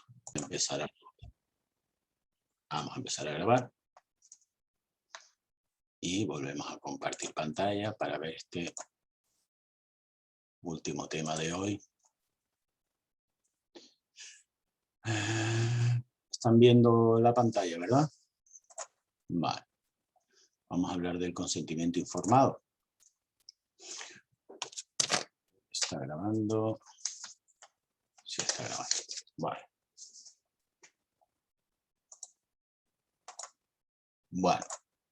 Vamos a tocar el consentimiento informado, las características mínimas que tiene que tener todo consentimiento informado, el consentimiento por representación y los límites que tiene el consentimiento informado. ¿Alguien me puede decir qué es eso del consentimiento informado?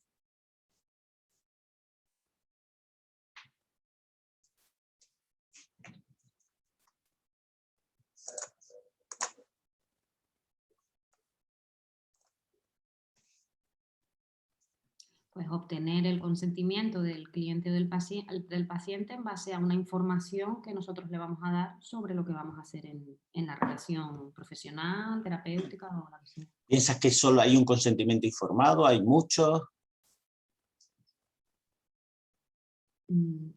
Suele haber un documento en el que se recogen, ¿no?, todas las... ¿Dirías que hay diferentes tipos de consentimientos informados, Sara? Pues no sé ahora, la verdad. ¿Has tenido que redactar alguna vez un consentimiento informado? Bueno, en la entidad en la que trabajaba antes había consentimientos informados en los recursos en los que gestionaba y se entregaba a las personas usuarias de los recursos. Consentimiento informado sobre las actividades que se iban a desarrollar en el recurso, qué servicios se iban a prestar. Pero se recogía todo en un único documento. No sé si me hablas de que hay unos tipos, está tipificado diferentes tipos de consentimiento, así a tanto detalle no... Sí, hay diferentes tipos de consentimiento, según la situación que se plantee y según el momento en el que se dé. Ale tiene la mano levantada, cuenta. Imagino que podrán haber tantos como intervenciones a plantear al final, ¿no? Pues si al final tú quieres hacer algo más allá de lo que lleva la intervención por una causa jurídica, lo que sea, y debe incluirse ya otro tipo de consentimiento informado, ¿no? Ok. Recuerden además que por regla general el consentimiento según la ley es verbal, pero en determinadas situaciones es recomendable hacerlo por escrito. Ahora veremos con detalle a qué tipo de situaciones nos referimos. Casi siempre en el ámbito de la psicología es recomendable hacerlo por escrito. Y yo, es más, les recomiendo que los consentimientos en muchas de las situaciones que vayamos a abordar sean por escrito, porque lo único que implican ustedes es sentarse una tarde, un rato, a redactar un documento, pero que les va a proteger, ¿de acuerdo? Y va a garantizar al cliente tomar una decisión informada y libre sobre lo que estamos informando. Hay un consentimiento para la protección de datos, hay consentimiento para la toma de imágenes, hay consentimiento para evaluar menores, hay consentimientos para... ¿De acuerdo? Hay muchos tipos de situaciones. Y también por momentos hay consentimientos previos, que es la ficha que les voy a pedir en la tarea final, un consentimiento en el que yo doy información al cliente sobre lo que vamos a hacer, que se tiene que hacer inicialmente antes de empezar la terapia, y hay consentimientos que son más para la mitad del procedimiento, según la intervención que se vaya a hacer o según la actividad concreta. ¿De acuerdo? Pero bueno, en cualquier caso, este es un aspecto fundamental en nuestro trabajo, ¿de acuerdo? Y con respecto al tema de la deontología, evidentemente siempre nos va a proteger de cara a que nos puedan pedir explicaciones para poder contrastar y demostrar que esa persona ha dado su consentimiento para lo que pone. Evidentemente, insisto, que es para lo que pone, no para lo que nosotros deduzcamos de lo que esa persona ha firmado, sino para lo que está explícitamente en ese papel. Con lo cual intentaremos recoger, cuando hagamos un consentimiento, todas aquellas situaciones de la manera más clara posible para que no haya posibilidad de producir confusión, error, y después a la hora de que nos pidan explicaciones no haya lugar a dudas. ¿Vale? Bueno, vamos a empezar con qué es el consentimiento informado. Es un proceso a través del cual el profesional informa al cliente sobre los procedimientos que llevará a cabo en su caso, así como los posibles riesgos, beneficios, alternativas, etc. Tiene cabida bajo el respeto a la dignidad de las personas, la autonomía, de la voluntad y de la intimidad. Es considerado un aspecto central en la relación profesional-cliente y forma parte del derecho de todo consumidor de un servicio a recibir la información previa adecuada sobre una actuación técnica y así decidir libremente si se somete a ello o no. Esto quiere decir que es un acto obligatorio del técnico que presta la atención en el ámbito de la psicología, aplicable a cualquier modalidad en la que se ejerza. Por todo esto, no es exclusivo de la modalidad clínica, dado que protege los derechos de los clientes como consumidores o portadores de datos personales. Hay muchas ramas de la psicología cuya acción no implica una intervención clínica. Ejemplo de esto serían un consentimiento para la evaluación previa a la promoción en lo organizacional, un consentimiento para la determinación de situaciones de riesgo, etcétera, etcétera. Aplicado a la psicología en general, el metacódigo de la Federación Europea dice que el consentimiento informado y la libertad de consentimiento, en este sentido los psicólogos deben aclarar y discutir de forma permanente Es decir, no solo en un momento dado, sino siempre que sea pertinente a lo largo de la intervención, las distintas acciones y procedimientos, así como las probables consecuencias de tales acciones, con el objeto de asegurar que el cliente le proporcione consentimiento informado, libre, antes y durante la intervención. Clarificación a los clientes de los procedimientos relacionados con el almacenamiento de la información, informes, etc. También reconocimiento de que una intervención profesional puede haber más de un cliente y esto es encontrarse a diferentes niveles, primer o segundo orden, o de la relación profesional, lo que implica un rango de responsabilidades diferentes. No es lo mismo un consentimiento para un usuario que para sus familiares, etc. Los artículos del vigente Código Deontológico que tocan específicamente el tema del consentimiento informado serían los números al 25, que habla de ofrecer información adecuada previamente, recabar consentimiento previo en caso de menores. También el 35, que informa previamente de riesgos y daños en el ámbito de la investigación. El 39, recabar solo la información necesaria para la autorización, previa autorización. El 40, en el que se dice que solo puede ser eximido el sujeto profesional tras el consentimiento expreso del cliente. Ven cómo hay diferentes modalidades de consentimiento según las situaciones, las etapas. El consentimiento previo para la exposición impresa, audiovisual, etcétera, de casos en el caso de comportar un riesgo de identificación para el cliente. Y el 47, que habla del consentimiento previo para la presencia de terceras personas en sesión, bien sean alumnos, profesionales en formación, etcétera. Además, en el ámbito de lo sanitario, más específicamente, tendríamos por qué es obligatorio el consentimiento informado. Según la Ley 41/2002 de Autonomía del Paciente, en su artículo 8, que habla específicamente del consentimiento informado, se especifica de que toda actuación en el ámbito de la salud de un paciente necesita el consentimiento libre y voluntario del afectado. Una vez que recibida la información prevista en el artículo 4, que es lo que comenta en las diferentes situaciones en las que las personas tienen que recibirlo, haya valorado las opciones propias del caso. El consentimiento será verbal por regla general. Sin embargo, y esto es lo que les estaba adelantando antes, se prestará por escrito en los casos siguientes: cuando la intervención sea quirúrgica, cuando haya procedimientos diagnósticos y terapéuticos invasivos, y en general aplicación de procedimientos que suponen riesgos o inconvenientes de notoria y previsible repercusión negativa sobre la salud del paciente. Y esto lo puse en rojo subrayado porque esto es precisamente uno de los aspectos que más relacionado está con nosotros. Lo que nosotros hacemos normalmente tiene mucha repercusión en la vida de las personas. Y esta repercusión puede ser positiva o negativa en función de lo que hagamos. Por eso es recomendable hacer un consentimiento informado, para evitar este tipo de situaciones. ¿Alguna pregunta hasta ahora? Vale.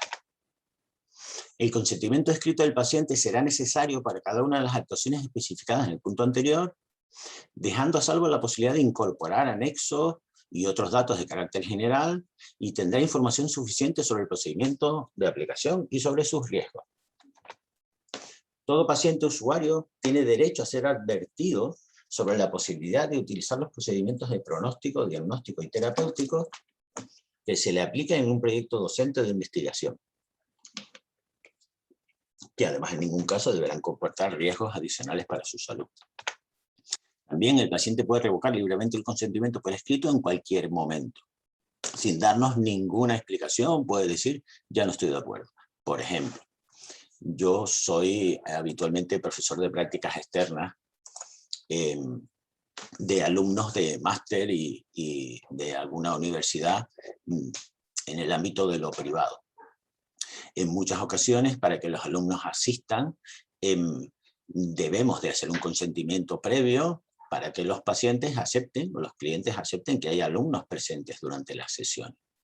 En muchas ocasiones hay pacientes que al principio no quieren alumnos que después no tienen inconvenientes en que entren, y al contrario, hay situaciones en las que de entrada pueden desear que entren alumnos, pero después hay momentos en los que deciden que los alumnos no entren más, o que haya 2 sesiones en las que no entren y en el resto sí, porque les parece que ese aspecto es más íntimo, etcétera, etcétera. Con lo cual hay libertad. Y al fin y al cabo es una libertad informada, porque hemos proporcionado la información suficiente para que esa persona tome una decisión de manera clara, informada y con la mayor cantidad posible de información. ¿Qué características mínimas debe de tener todo consentimiento informado? Tiene que exponer lo que sea objeto de informar y solicitar autorización de forma completa y veraz, sin ofender, dramatizar, confundir, amenazar, coaccionar, etc. Debe de asegurar la identificación del profesional, es decir, si hacemos un consentimiento informado, debemos de poner nuestra identificación profesional. Y cuando hablo de identificación profesional, siempre me refiero a nombre y apellido, número de colegiado, si podemos alguna identificación sobre nuestra cualificación, si somos general sanitario, si somos especialistas en psicología clínica, si somos psicólogos organizacionales, depende del ámbito, identificarnos. Si es en el ámbito de lo privado y es una consulta clínica, por ejemplo, también deberíamos de reflejar no solo la ficha inicial, sino en un consentimiento, puede ser en el encabezado, el registro sanitario que nos habilita para poder prestar esta atención sanitaria en el contexto de la Comunidad Autónoma de Canarias y para que pueda ser comprobado en el registro correspondiente y saber que esas personas están asistiendo a un profesional que está habilitado legalmente para hacerlo.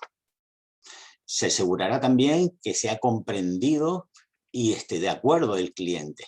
Es decir, tenemos que asegurarnos, después de dar toda la información, que el cliente lo ha entendido. De esta manera, deberíamos de leer el consentimiento con esa persona o, en caso de dejárselo para que lo lea, asegurarnos de que antes de firmarlo haya entendido todas las cuestiones que le hemos planteado, haya podido plantear las dudas que le surgieran, resolver los inconvenientes que quiera, profundizar en algún aspecto que no está del todo claro, etc. De manera que si firma, al final refleja que todo eso está cumplimentado.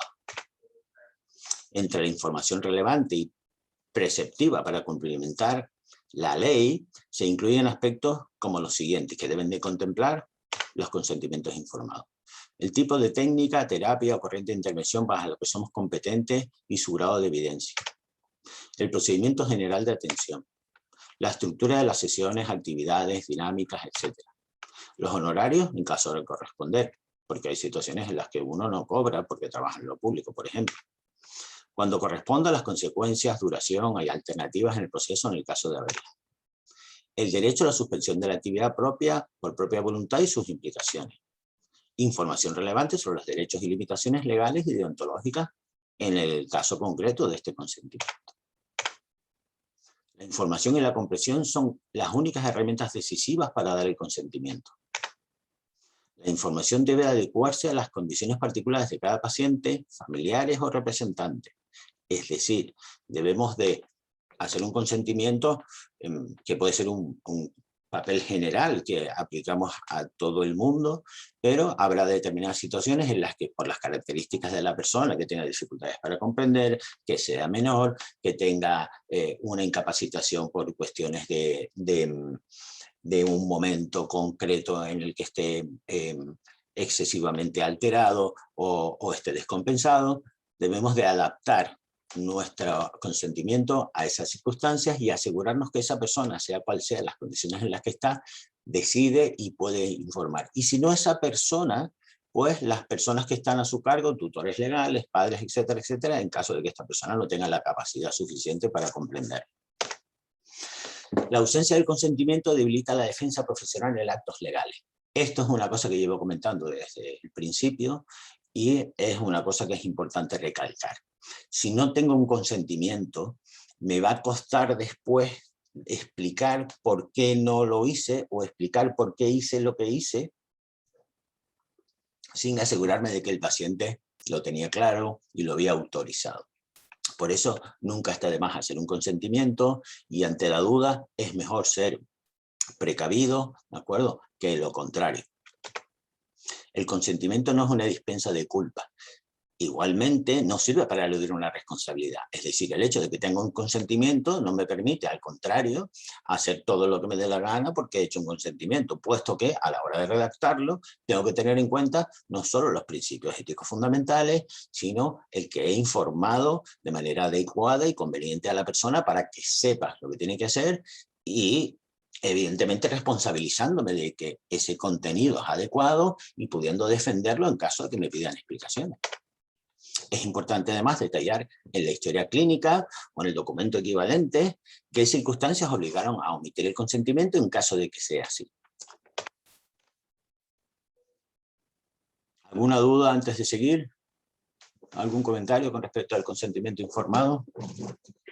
Bueno, ¿qué es el consentimiento por representación? ¿Quién me lo dice?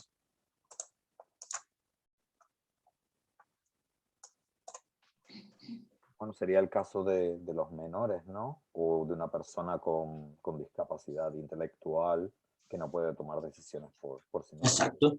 Es aquel consentimiento que dan personas que representan legalmente a esta persona que por sí misma tiene dificultades o no puede generar un consentimiento informado. Se da cuando el sujeto no tiene suficiente capacidad de autodeterminación como para saber qué es lo mejor para él o ella. ¿En qué situaciones se puede dar el consentimiento por representación? En menores de 12 años, por ejemplo. Su opinión deberá de ser escuchada, especialmente si se acerca a esa edad. Se deberá tener en cuenta para ver si hubiera reticencias con respecto a lo que se va a hacer. Por eso es tan importante explicárselo bien. Su consentimiento no es vinculante, pero igualmente tiene derecho a recibir la información adaptada. Tener entre 12 y 16 años. Es importante considerar si el menor con esta edad comprende la situación y puede comunicar su punto de vista tras meditarlo al contar con la información adecuada. En cada caso debe ser valorado individual y profesionalmente esta circunstancia. Tener 16 años o más, siempre que seas menor de 18, en este caso no cabe el consentimiento por representación. Es decir, excepto en el caso en el que el menor esté en circunstancias mencionadas en los puntos anteriores, que no tenga capacidad para entender, etcétera, etcétera. Es decir, con 16 años no es necesario que esa persona sea representada por nadie para dar su consentimiento para una intervención. Puede firmarlo directamente. También, con respecto al consentimiento con representación, hay situaciones particulares más allá de ser menor o no. Primero, si el niño o el adolescente está en una situación conflictiva, como puede ser tener padres divorciados, se deberá mantener informado a ambos padres y asegurarse del consentimiento de ambos. A no ser que haya una autorización judicial o que sea solo uno de los padres quien tenga la patria potestad, el consentimiento deberá ser dado explícitamente por ambos progenitores. Marta, cuenta. Entonces, si un menor entre 16 y 18 años asiste a terapia con nosotros, tiene todos los plenos derechos de confidencialidad, aunque sea el padre el que ha solicitado la intervención. No hay que confundir un consentimiento con el hecho de que esa persona sea menor, porque aunque con 16 años tiene derecho a firmar él mismo el consentimiento, por el hecho de ser menor también tienen derecho los padres a ser informados sobre lo que vas a trabajar con ese menor.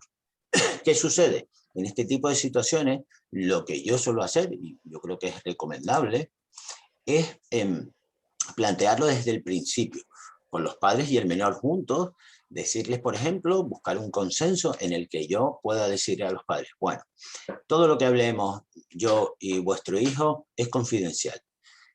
Y me parece que vosotros estaría bien que a lo mejor lo respetaran, excepto en aspectos en los que puede estar en riesgo el niño, me cuente cosas que sean constitutivas de delito o en el fondo sean cuestiones inconvenientes. Normalmente la gente lo acepta. ¿Por qué? Porque entre otras ocasiones, para buscar, sobre todo en el caso de adolescentes, cierta alianza terapéutica, es conveniente que se sienta cómodo desvelando aspectos que sabe que no van a salir de allí, excepto que él después lo quiera comentar con los padres, ¿vale? Y por otra parte, los padres van a saber que mientras la situación no sea relativamente grave, lo que vamos a estar hablando allí va a cumplir con los requisitos de seguridad, etcétera, etcétera. Pero la pregunta es, ¿tienen ellos derecho a que sea confidencial? Es decir, salvo en casos en los que atente contra su vida, la vida de los demás y sea un delito. Insisto, evidentemente todo el mundo tiene derecho a la confidencialidad de sus datos. Todos los psicólogos tienen obligación de guardar la confidencialidad, pero en el caso de menores de edad, los padres tienen derecho a saber esa información, ¿de acuerdo? Pero es recomendable buscar un consenso con todos para evitar, ¿de acuerdo?, confusiones en este sentido y para trabajar también un poco la alianza terapéutica, porque sobre todo en estas edades a veces es difícil encontrar esa confianza. ¿vale? Sí, entiendo que en el fondo tienes que informar un poco de por dónde va la intervención y tal, pero que en sí la información que te da el menor, si no es relevante, también forma parte de su intimidad también. Efectivamente. Cuando el paciente menor de edad no sea capaz de intelectual ni emocionalmente de comprender el alcance de la intervención, en este caso el consentimiento lo dará el representante legal del menor, después de haber escuchado su opinión y conforme a lo dispuesto en el artículo 9 de la Ley Orgánica 1/96 de 15 de enero sobre la producción jurídica del menor. No obstante, lo dispuesto en el párrafo anterior, cuando se trata de una actuación con grave riesgo para la vida o salud del menor, según criterio del facultativo de la persona que intervenga, puede ser un médico, puede ser un especialista, el consentimiento lo prestará el representante legal del menor una vez oída y tenida en cuenta la opinión del mismo. Cuando el paciente o el cliente, en caso de adulto, no sea capaz de tomar decisiones y tengamos esto concretamente especificado, o su estado físico o psíquico no le permite hacerse cargo de esta situación. Estoy pensando aquí en personas que estén incapacitadas o personas con problemas de demencia o personas con enfermedad mental grave que tengan alterada su capacidad de comprensión, con discapacidad intelectual y que sean adultos, etc. Si el paciente carece de representante legal, el consentimiento lo prestarán las personas vinculadas a él por razones familiares o de hecho. Cuando el paciente tenga la capacidad modificada judicialmente y así conste en una sentencia, una incapacitación, por ejemplo. Si el paciente es una persona con discapacidad, se le ofrecerán las medidas de apoyo pertinentes, incluida la información en formatos adecuados, siguiendo las reglas marcadas por el principio del diseño para todos, de manera que resulten accesibles y comprensibles para las personas con discapacidad y para favorecer que pueda prestar así su consentimiento, aunque esta persona a lo mejor necesite que haya un consentimiento de alguien que legalmente lo tutele, no significa que no pueda escuchar o no pueda comprender si lo explicamos adecuadamente lo que vamos a hacer y pueda dar su opinión con respecto a eso. ¿Alguien levantó la mano? Vale. Sí, yo. Sheila, dime. Quiero preguntar, en caso de que la persona necesite un representante legal para el consentimiento, si la misma persona que va a ser protagonista de nuestra intervención no desea que llevemos a cabo la intervención, aunque no esté capacitado legalmente para tomar este tipo de decisiones, ¿ahí qué podríamos hacer? Ahí, en principio, imagínate que es un adulto, ¿de acuerdo? Si no quiere prestar su consentimiento para eso, no podemos hacer nada. Pero si creemos que esas personas, por las circunstancias que vive, el no prestar su consentimiento puede ponerlo en riesgo a él o a terceras personas, debemos de intentar recabar esa autorización, a veces hasta a nivel judicial. Y aquí te estoy hablando, por ejemplo, de los casos de los ingresos involuntarios, ¿vale? Personas que tienen un brote psicótico, un episodio agudo, que no están en condiciones en esa situación de prestar su consentimiento. En muchas ocasiones son personas que terminan, por ejemplo, en un establecimiento como en una planta de agudos en salud mental, ¿de acuerdo?, que han sido llevados ahí como consecuencia de activar el 112, la policía local, las ambulancias o lo que fuera. Esa persona cuando llega al centro hospitalario, que tiene sus capacidades alteradas, suponte que no está incapacitado, pero está con un brote, ¿de acuerdo? Y a lo mejor no tiene familias porque es una persona que vive en la calle, suponte. En este sentido, antes de ingresarlo, el jefe del servicio o la persona que esté de guardia, en este caso psiquiatra, normalmente tiene la obligación de recabar esa solicitud al juez de guardia antes de 24 horas, ¿de acuerdo? Y solamente cuando esa autorización sea dada por el juez considerando estas circunstancias, puedes ingresar, ¿de acuerdo? Sin su consentimiento. Es lo que llamamos ingreso involuntario. ¿Vale? ¿Alguien más había levantado la mano, Darío? Yo, bueno, estaba respondiendo un poco porque esa era mi pregunta. Si una persona temporalmente tiene su capacidad de comprensión alterada, ya sea por consumo de sustancias, alcohol, estés trabajando con alcoholismo, o porque tiene a lo mejor daño cerebral que en un momento dado no le permite captar, pero luego puede cambiar. Sí, sí, en este caso ya te digo, depende de los riesgos que vaya a padecer esa persona o terceras personas como consecuencia de no hacer nada, ¿de acuerdo? Y a lo mejor no puedes esperar un consentimiento porque esa persona, como tú dices, tiene sus capacidades alteradas, pero bueno, el no hacerlo lo pone en riesgo a él o a otras personas, ¿de acuerdo? En este caso, ya te digo, hay una especie de intervención involuntaria, pero tiene que haber siempre una autorización judicial, ¿vale? Bueno, seguimos. Los límites del consentimiento informado. Casi siempre se darán ámbitos muy específicos como el sanitario y el judicial. La renuncia del paciente a recibir información está limitada por el interés de la salud del propio paciente, lo que estábamos comentando ahora, Darío, de terceros, de la colectividad y por las exigencias terapéuticas del caso. Cuando el paciente manifieste expresamente su deseo de no ser informado, se respetará su voluntad haciendo constar su renuncia documentalmente, sin perjuicio de la obtención de su consentimiento previo para la intervención, ¿vale? Por ejemplo, hay un caso de los que vamos a abordar ahora con respecto a los dilemas éticos. Imagínense que hay una persona que viene a mi consulta y me dice, yo soy el marido de Juan, ¿vale?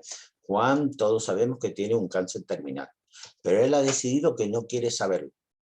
El médico nos ha dicho que tiene 6 meses de vida. Y nosotros creemos que esa persona debe de saberlo, pero no sabemos cómo hacerlo, ¿vale? Nos gustaría que tú como psicólogo pudieras hablar con él y le dijeras que se va a morir en diciembre, ¿vale? ¿Qué hacemos en ese caso?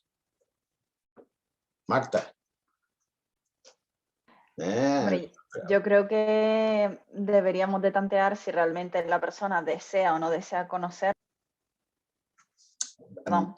Porque si él ha explicitado que no desea conocer esa información, no me parece tampoco justo dársela si no está preparado para ello.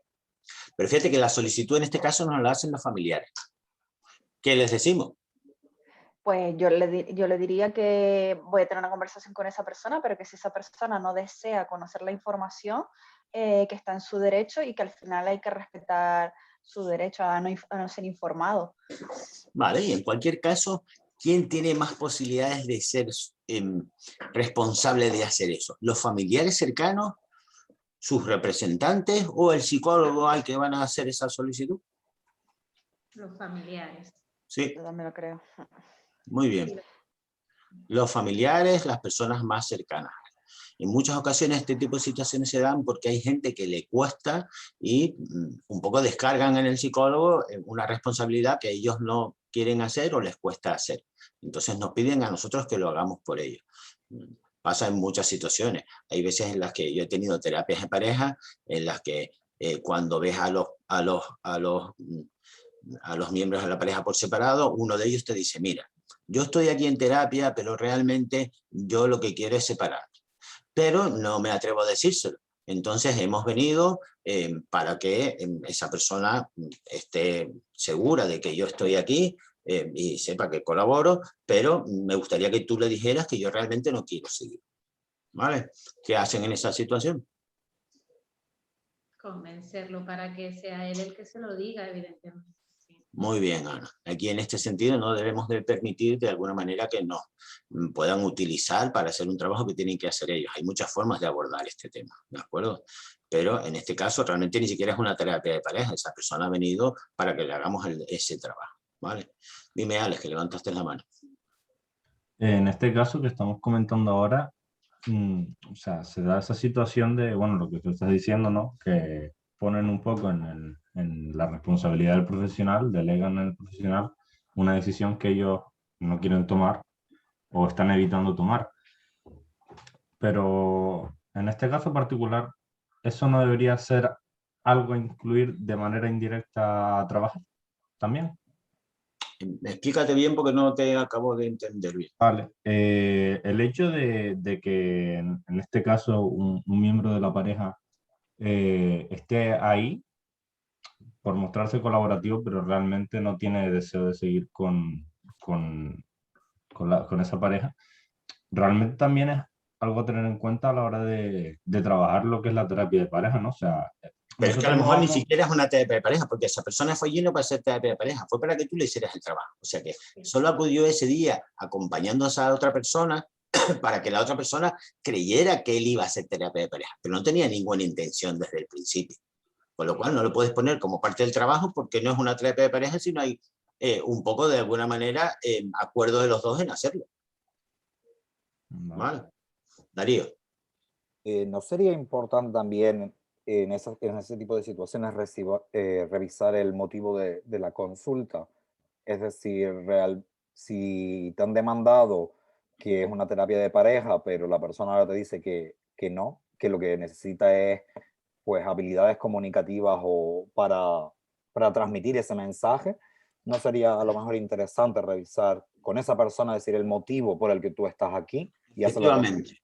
A veces podemos reconducir ese tipo de situaciones, intentar facilitar a lo mejor que esa persona aclare sus propias circunstancias y que haciendo eso después le permita él hacer ese trabajo que te está pidiendo que hagas tú. ¿De acuerdo? Todo se puede replantear. ¿Vale? Depende de lo que encuentres por el otro lado, ¿no? Que a lo mejor tú le haces este planteamiento a la persona y se niega, en fin. Hay muchas ocasiones en las que viene una pareja pidiéndote una terapia de pareja y en la primera intervención ves que no es así. Entonces, siempre que podamos, la primera sesión debe de ser en conjunto, por lo menos yo lo hago siempre así, y aclaramos en esa primera sesión en qué consiste lo que vamos a hacer, para qué estamos aquí, vamos a hacer terapia de pareja, ustedes quieren realmente terapia individual, realmente vienen porque quieren separarse y no saben cómo hacerlo, no saben qué hacer en el caso de que tengan niños. Ese día vamos a intentar clarificar todo lo posible esto y si es pertinente ponerlo por escrito. Nancy. Yo pienso que sería también importante dejar claro que no somos meros transmisores de la información que ellos quieren que demos a la otra parte, que de eso no, que ese no es nuestro trabajo, sino que le compete a ellos y que no nos utilicen como meros transmisores de la información que ellos quieren dar porque no se atreven, ¿sabes? Claro, no obstante transmitirle que comprendemos que ellos nos hagan esa solicitud, pero que aclaramos todo lo más posible esto para que la gente sepa a qué atenerse y sepa en el fondo hasta dónde nosotros podemos llegar y qué límites no podemos rebasar en ese sentido. ¿Vale? Evidentemente. Vale. Además, los facultativos, en este caso, hablando sobre todo de cuestiones jurídicas y de este tipo de internamientos involuntarios, pueden llevar a cabo intervenciones clínicas indispensables en favor de la salud del paciente sin necesidad de contar con su consentimiento en las siguientes situaciones. Vamos a bajarles un poquillo para abajo. Cuando existe riesgo para la salud pública a causa de razones sanitarias establecidas por la ley. En todo caso, una vez adoptadas las medidas pertinentes, de conformidad con lo establecido en la Ley Orgánica 3 del 86, se comunicarán a la autoridad judicial en el máximo de 24 horas. Es lo que le estaba comentando antes a Marta. Siempre que se disponga de internamiento obligatorio de personas. Esto lo hacen todos los días en la Candelaria, por ejemplo. ¿De acuerdo? Cuando existe riesgo inmediato grave para la integridad física o psíquica del enfermo y no es posible conseguir su autorización, consultando cuando las circunstancias lo permitan a sus familiares o a las personas vinculadas, de hecho, a esa persona. En los casos en los que el consentimiento haya de otorgarlo el representante legal o las personas vinculadas por razones familiares o de hecho, la decisión deberá adoptarse atendiendo siempre el mayor beneficio para la vida o salud del paciente. Aquellas decisiones que sean contrarias a dichos intereses deberán ponerse en el conocimiento de la autoridad judicial, directamente o a través del Ministerio Fiscal, para que adopte la resolución correspondiente, salvo que, por razones de urgencia, no fuera posible recabar la autorización judicial, en cuyo caso los profesionales sanitarios adoptarán las medidas necesarias en salvaguarda de la vida o salud del paciente, amparados por las causas de justificación de incumplimiento de un deber y de un estado de necesidad en este caso. Esto también tiene mucho más que ver con el tema de los internamientos involuntarios. Vale. ejemplos de casos en los que el consentimiento se incumple. Un psicólogo, a ver si podemos reducir aquí, incurre en mala práctica profesional al tener instaladas cámaras ocultas. Este caso es curioso porque sale en el libro de ética y deontología que tienen en el material del módulo 1, creo que es, y es un caso real, que lo pusieron en el libro porque pasó en la península. Al tener cámaras ocultas instaladas que no son vistas por los pacientes para la grabación y posterior visionado de las sesiones sin comunicar la existencia de las mismas a los interesados, que en este caso son los clientes, ni pedirles autorización para su utilización. Esto se dio porque en un momento dado a este psicólogo lo acusaron de acoso sexual. Y él, para defenderse, aportó los vídeos de las grabaciones para decir, mira, no, yo no he hecho nada, y aquí en el vídeo sale que yo no he hecho nada. Pero claro, a continuación le preguntaron, bueno, pero ¿tú lo estás grabando? Sí, sí, yo lo grabo siempre. ¿Y tú le has pedido consentimiento a la persona para grabarlo? No. ¿Vale? Pues ahí, como quien dice, su propia defensa consistió en su propia acusación, ¿de acuerdo? Porque a lo mejor no había cometido un delito con respecto al acoso, pero se había cometido una falta grave por estar grabando sin pedir consentimiento, ¿vale? Otra situación. Un psicólogo recopila información. Dime, Ana. Tanto para grabar vídeo como audio. Sí, sí, sí. Consentimiento siempre. Vale. Siempre. ¿Vale? Otra cosa es que el cliente decida grabar las sesiones. A mí me ha pasado más de una vez un cliente que coge el teléfono y dice, mira, ¿a ti te importa que yo grabe audio de estas sesiones? Porque después cuando me voy a mi casa no me acuerdo de lo que hemos hablado y depende de cada profesional. Hay profesionales que prefieren que no. Yo normalmente no pongo ningún inconveniente si quieres grabar, porque si no tienes nada que esconder, no tienes ningún inconveniente en que graben las sesiones. Pero se puede dar, e incluso puede haber pacientes que graben las sesiones y no te informen. ¿De acuerdo? Porque tienes el móvil en el bolsillo y le dejas grabar. En fin, yo ahí no entro en lo que haga la gente desde hacer. Bastante tiene uno con preocuparse de hacer las cosas bien, como para encima estar de policía de todo el mundo que entre por la puerta para adentro, ¿vale? Por eso siempre las cosas lo más claras y sencillas posible. Seguimos. Otra situación. Así, el psicólogo recopila información sobre casos que llevan en el ámbito privado y los utiliza para publicar un artículo científico en el que se mencionan aspectos de tipo psicosocial, demográfico y clínico de los mismos sin previo consentimiento expreso de los pacientes. Este también fue un caso sonado, de hecho era un colegiado cercano, ¿de acuerdo? Es decir, conocido, que salió hasta en la prensa, y que había recopilado casos de años que tenía en su consulta sin haber pedido consentimiento previo a sus pacientes de que sus casos o sus datos podían ser utilizados. Aquí es importante no solo que se pida consentimiento si vamos a utilizar estos datos en investigación, sino que se asegure a la gente que si se va a utilizar esto, no se va a poder identificar de ninguna forma a esas personas. No va a haber la posibilidad de que se les identifique de ninguna manera. Con lo cual se van a coger aquellos datos de carácter general que no permitan la identificación. Si, por ejemplo, vas a describir en la investigación un caso único, ¿de acuerdo?, en el que hablas específicamente de esa persona, debes de intentar ser lo suficientemente hábil para que, aun siendo un caso único, no se pueda identificar a esta persona de ninguna forma. Aunque para ello tengas que modificar alguna información que sustancialmente no interfiera negativamente en la investigación, pero sí proteja la intimidad de esa persona y sus datos personales, ¿vale? Y en cualquier caso tenerlo con consentimiento por escrito, ¿vale? Es más, yo recomiendo que si hacen algo de esto, un caso único por ejemplo, antes de publicar el artículo, se lo dejen ver a la persona, ¿vale? Para que esa persona lo lea y diga si está de acuerdo con lo que has puesto y a lo mejor no tiene problema en que publiques eso o no. ¿Ven? ¿De acuerdo?